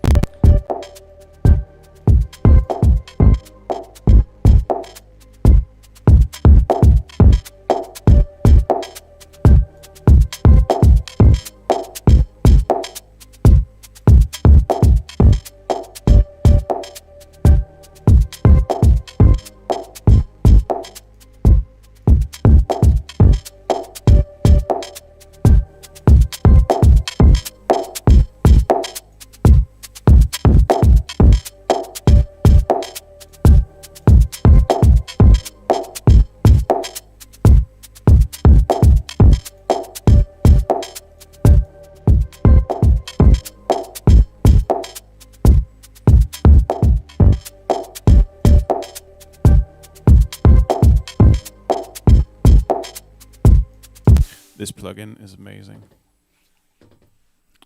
It was on the master of Snow, by the way. Yeah. Okay. What I is tried to get rid of it before sending it to mastering, but it didn't work without. It just What is adds it, like a just very distortion? grainy air with this air amount. But yeah, it's a Ah. distortion. But I don't know, it just works differently than most distortions I've tried.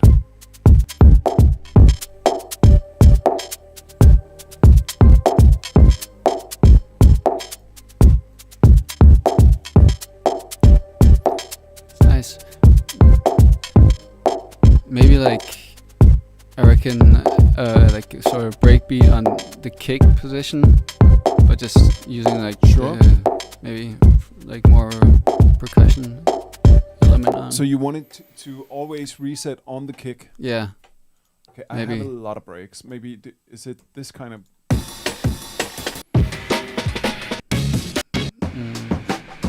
Yeah, maybe that one before.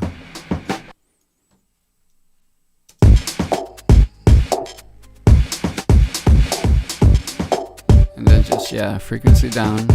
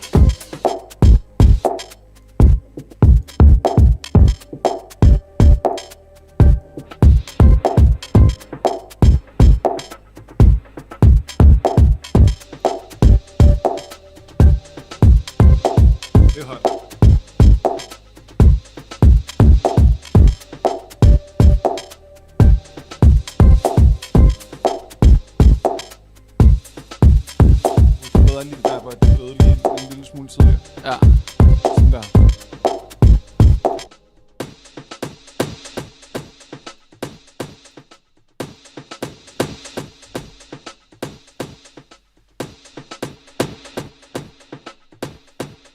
Okay, so then I just love to add a little bit of distortion to that as well.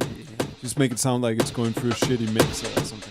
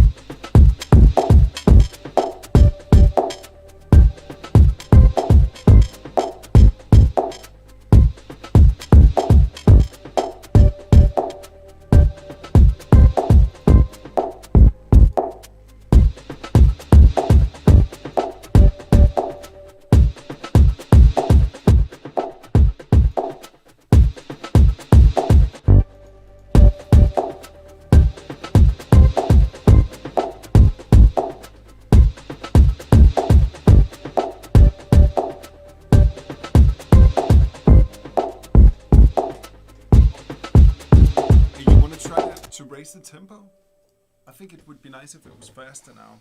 Let's if try. that's the vibe we're going for, maybe just I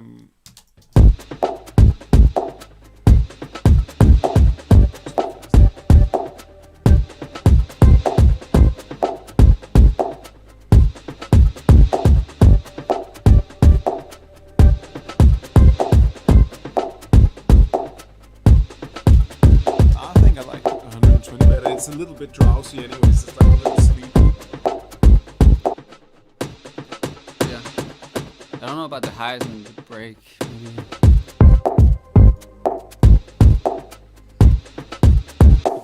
The way the snare hits is really good. Yeah. I think it does some nice stuff with the groove. Let's hear the way it transfers from one thing to another. It's probably a pretty weird transition. Probably pretty weird.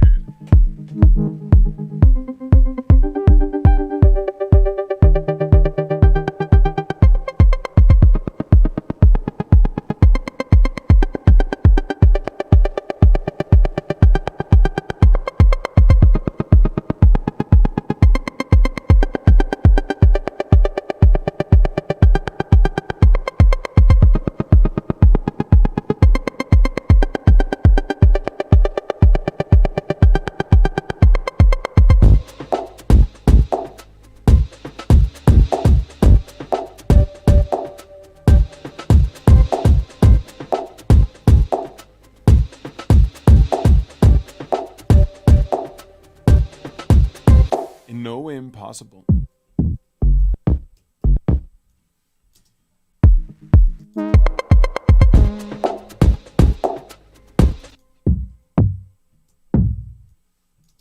that's a big kick.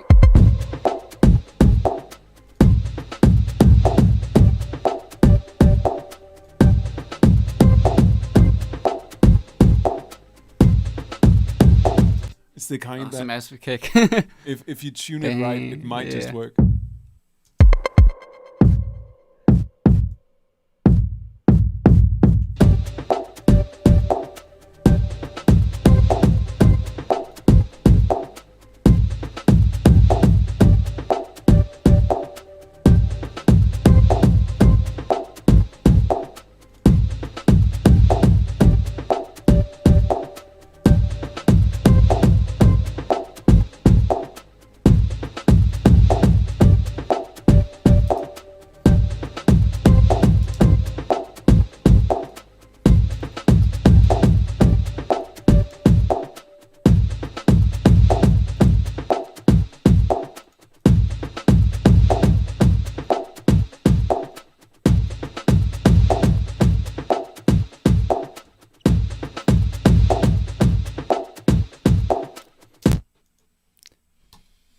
Yeah. I think we should save it and maybe end it here because I'm getting tired, and I feel like I would love to come back to the idea. Yeah. What time is it? I don't even know. It's 6:00. Wow. Damn. That is a long time.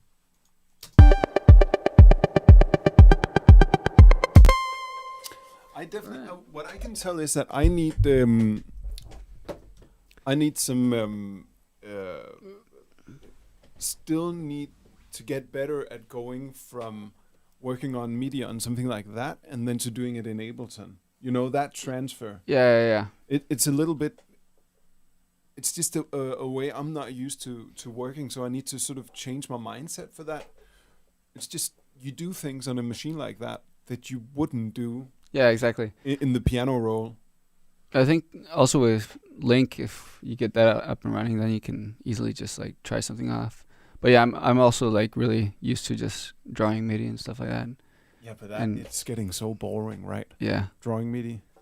And the arpeggiator just sounds like an arpeggiator. And sounds like a Robin song. Yeah. Every time I hit up an arpeggiator, I'm thinking of Robin for some reason. But I love these chords. It's like how I feel like we've sort of gone and done the same thing as last time, where there's a lot of ideas. Exactly. I feel like this could also just be a track like then getting another synth in, playing the same role and just playing with texture. Exactly. And what I'm hearing is actually sort of just that. Yeah. You know, instead of layering it with, for instance, the diva bass, it's not necessary. It's like we could just go with this and then, for instance, add another oscillator at some point. Get some drone, like a drone in, and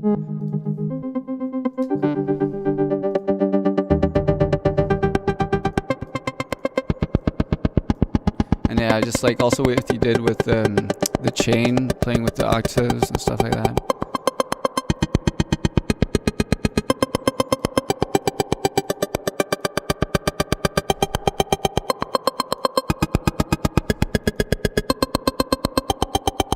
I think the song is mostly in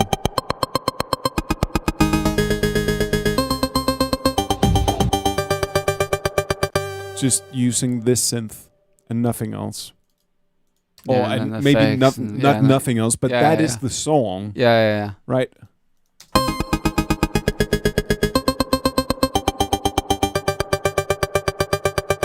Because that's the best bit of it right now.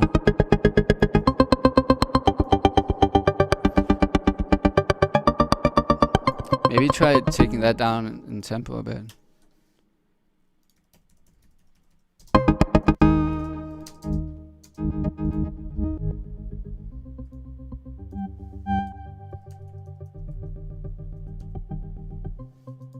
And then I'm gonna duplicate it, and then I think it could be fun to hear it with if we have like a very new sounding synth, then with that do some Rompler style, like the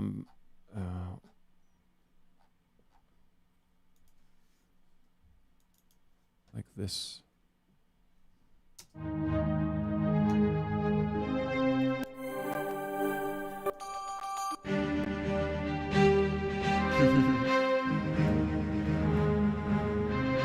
Kind of get into a little bit of like Only Otrix Point Never territory.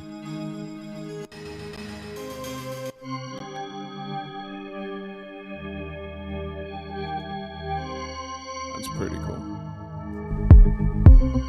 Oh, let me mute everything else.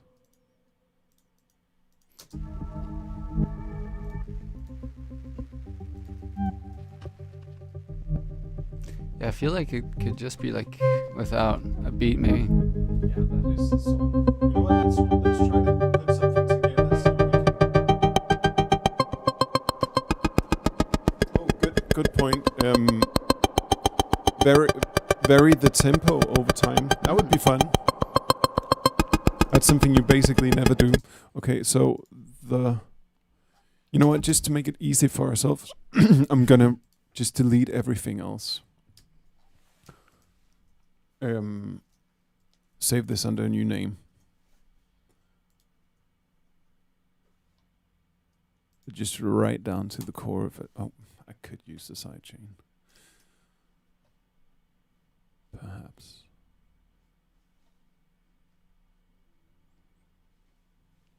Yeah, and then like just play with like also velocity over time and the gate maybe.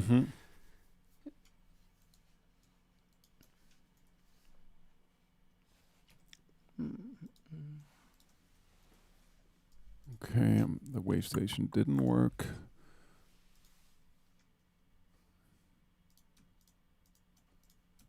All the way down to this of maybe the...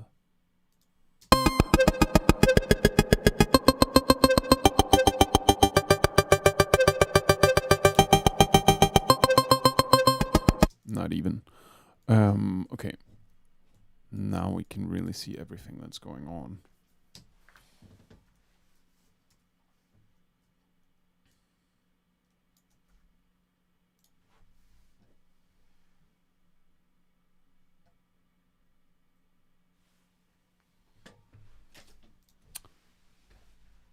How can do you know? Can you use a Max for Live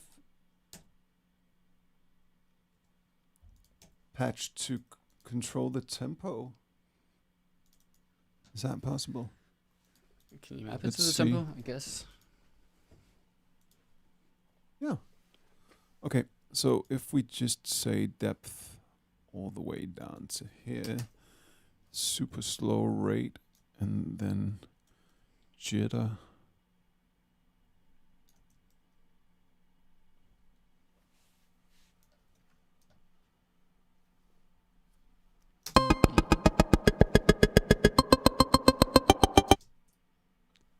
How is it at 500?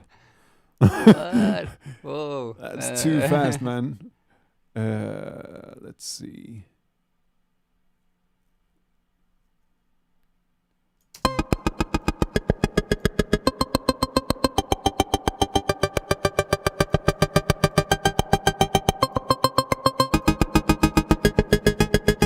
But it's also like it doesn't follow it. It's weird.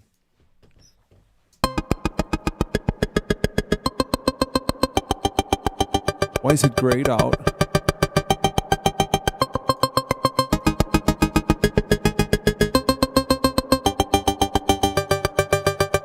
Okay, we'll do it by hand. More fun. Was it 106? Yeah. Maybe something like that. Should we start it fast and then actually go down in tempo, perhaps?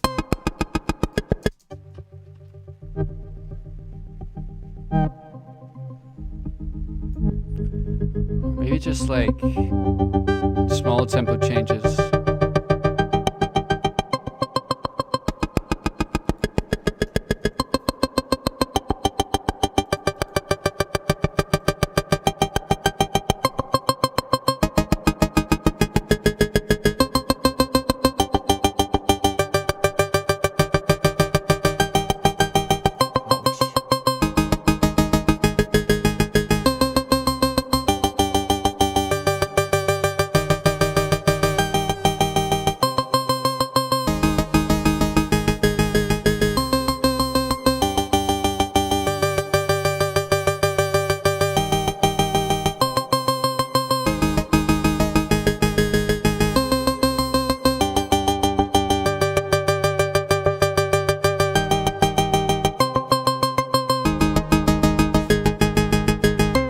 Also now all the oscillators are on, so it should start with just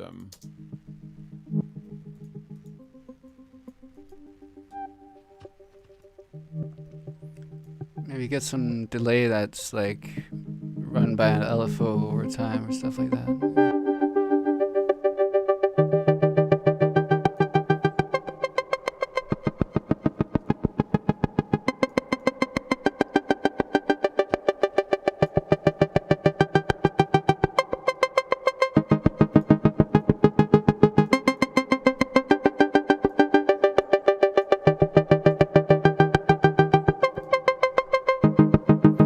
I feel like it could be nice, like in the loop, just having it start faster and then slowing down and then starting forward. Maybe starting it way faster. just like for every loop of the chords, it starts faster and then slows down and then restarts. Gotcha. Maybe. Okay, so is that too bad? Do you remember how long is it?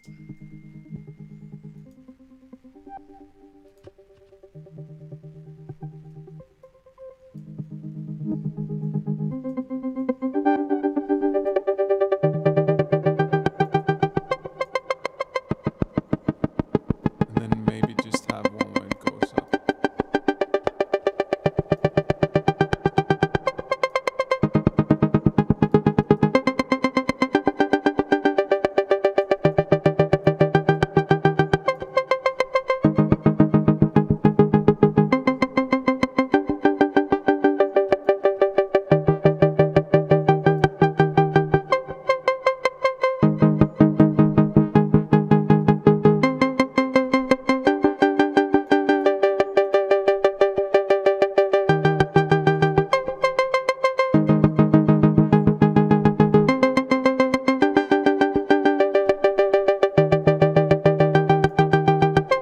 It is an interesting sound. It's something you would never do usually.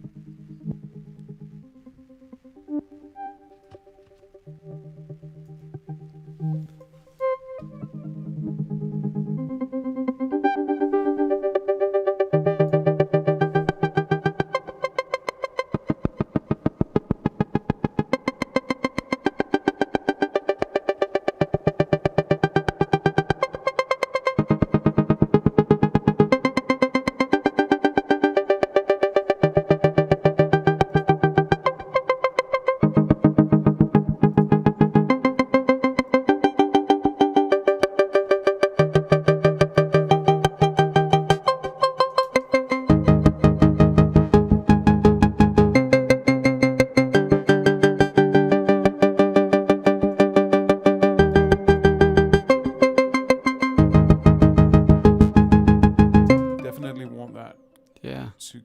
To enter here.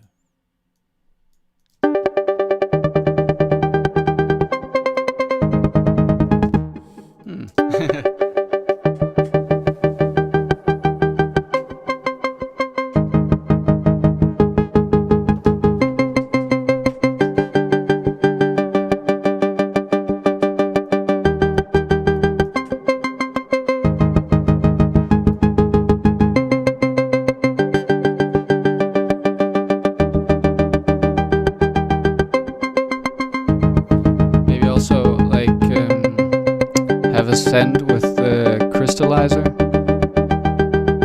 I don't have crystallizer, but it's like shimmer. Yeah. I got that. And have so we can send to it, and maybe it has a fifth on or something. I don't know if you can do that.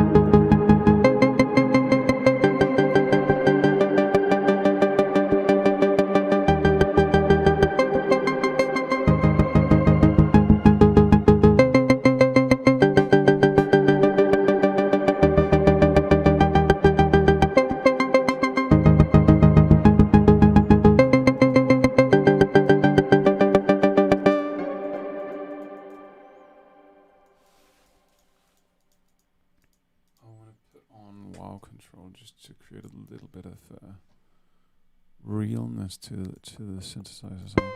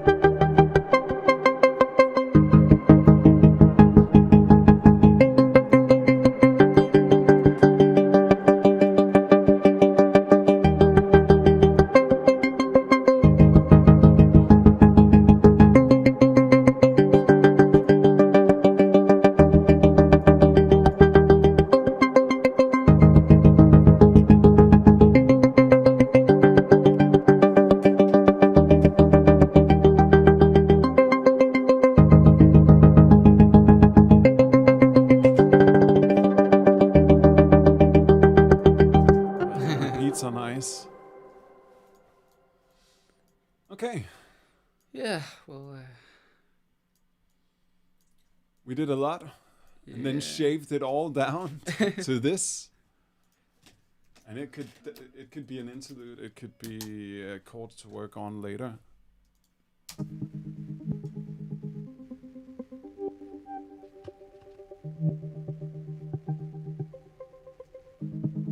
I mean, the chords themselves are extremely beautiful, but there's something about when you make chords this beautiful, it's almost a little bit difficult to, it's so beautiful that everything else you put on is just like it's not gonna live up to it.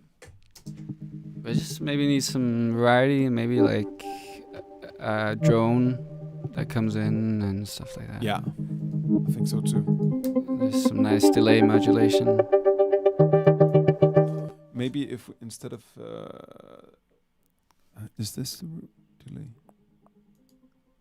If we put on a tape delay, we'll get those like shift in tone instead of right now. It's just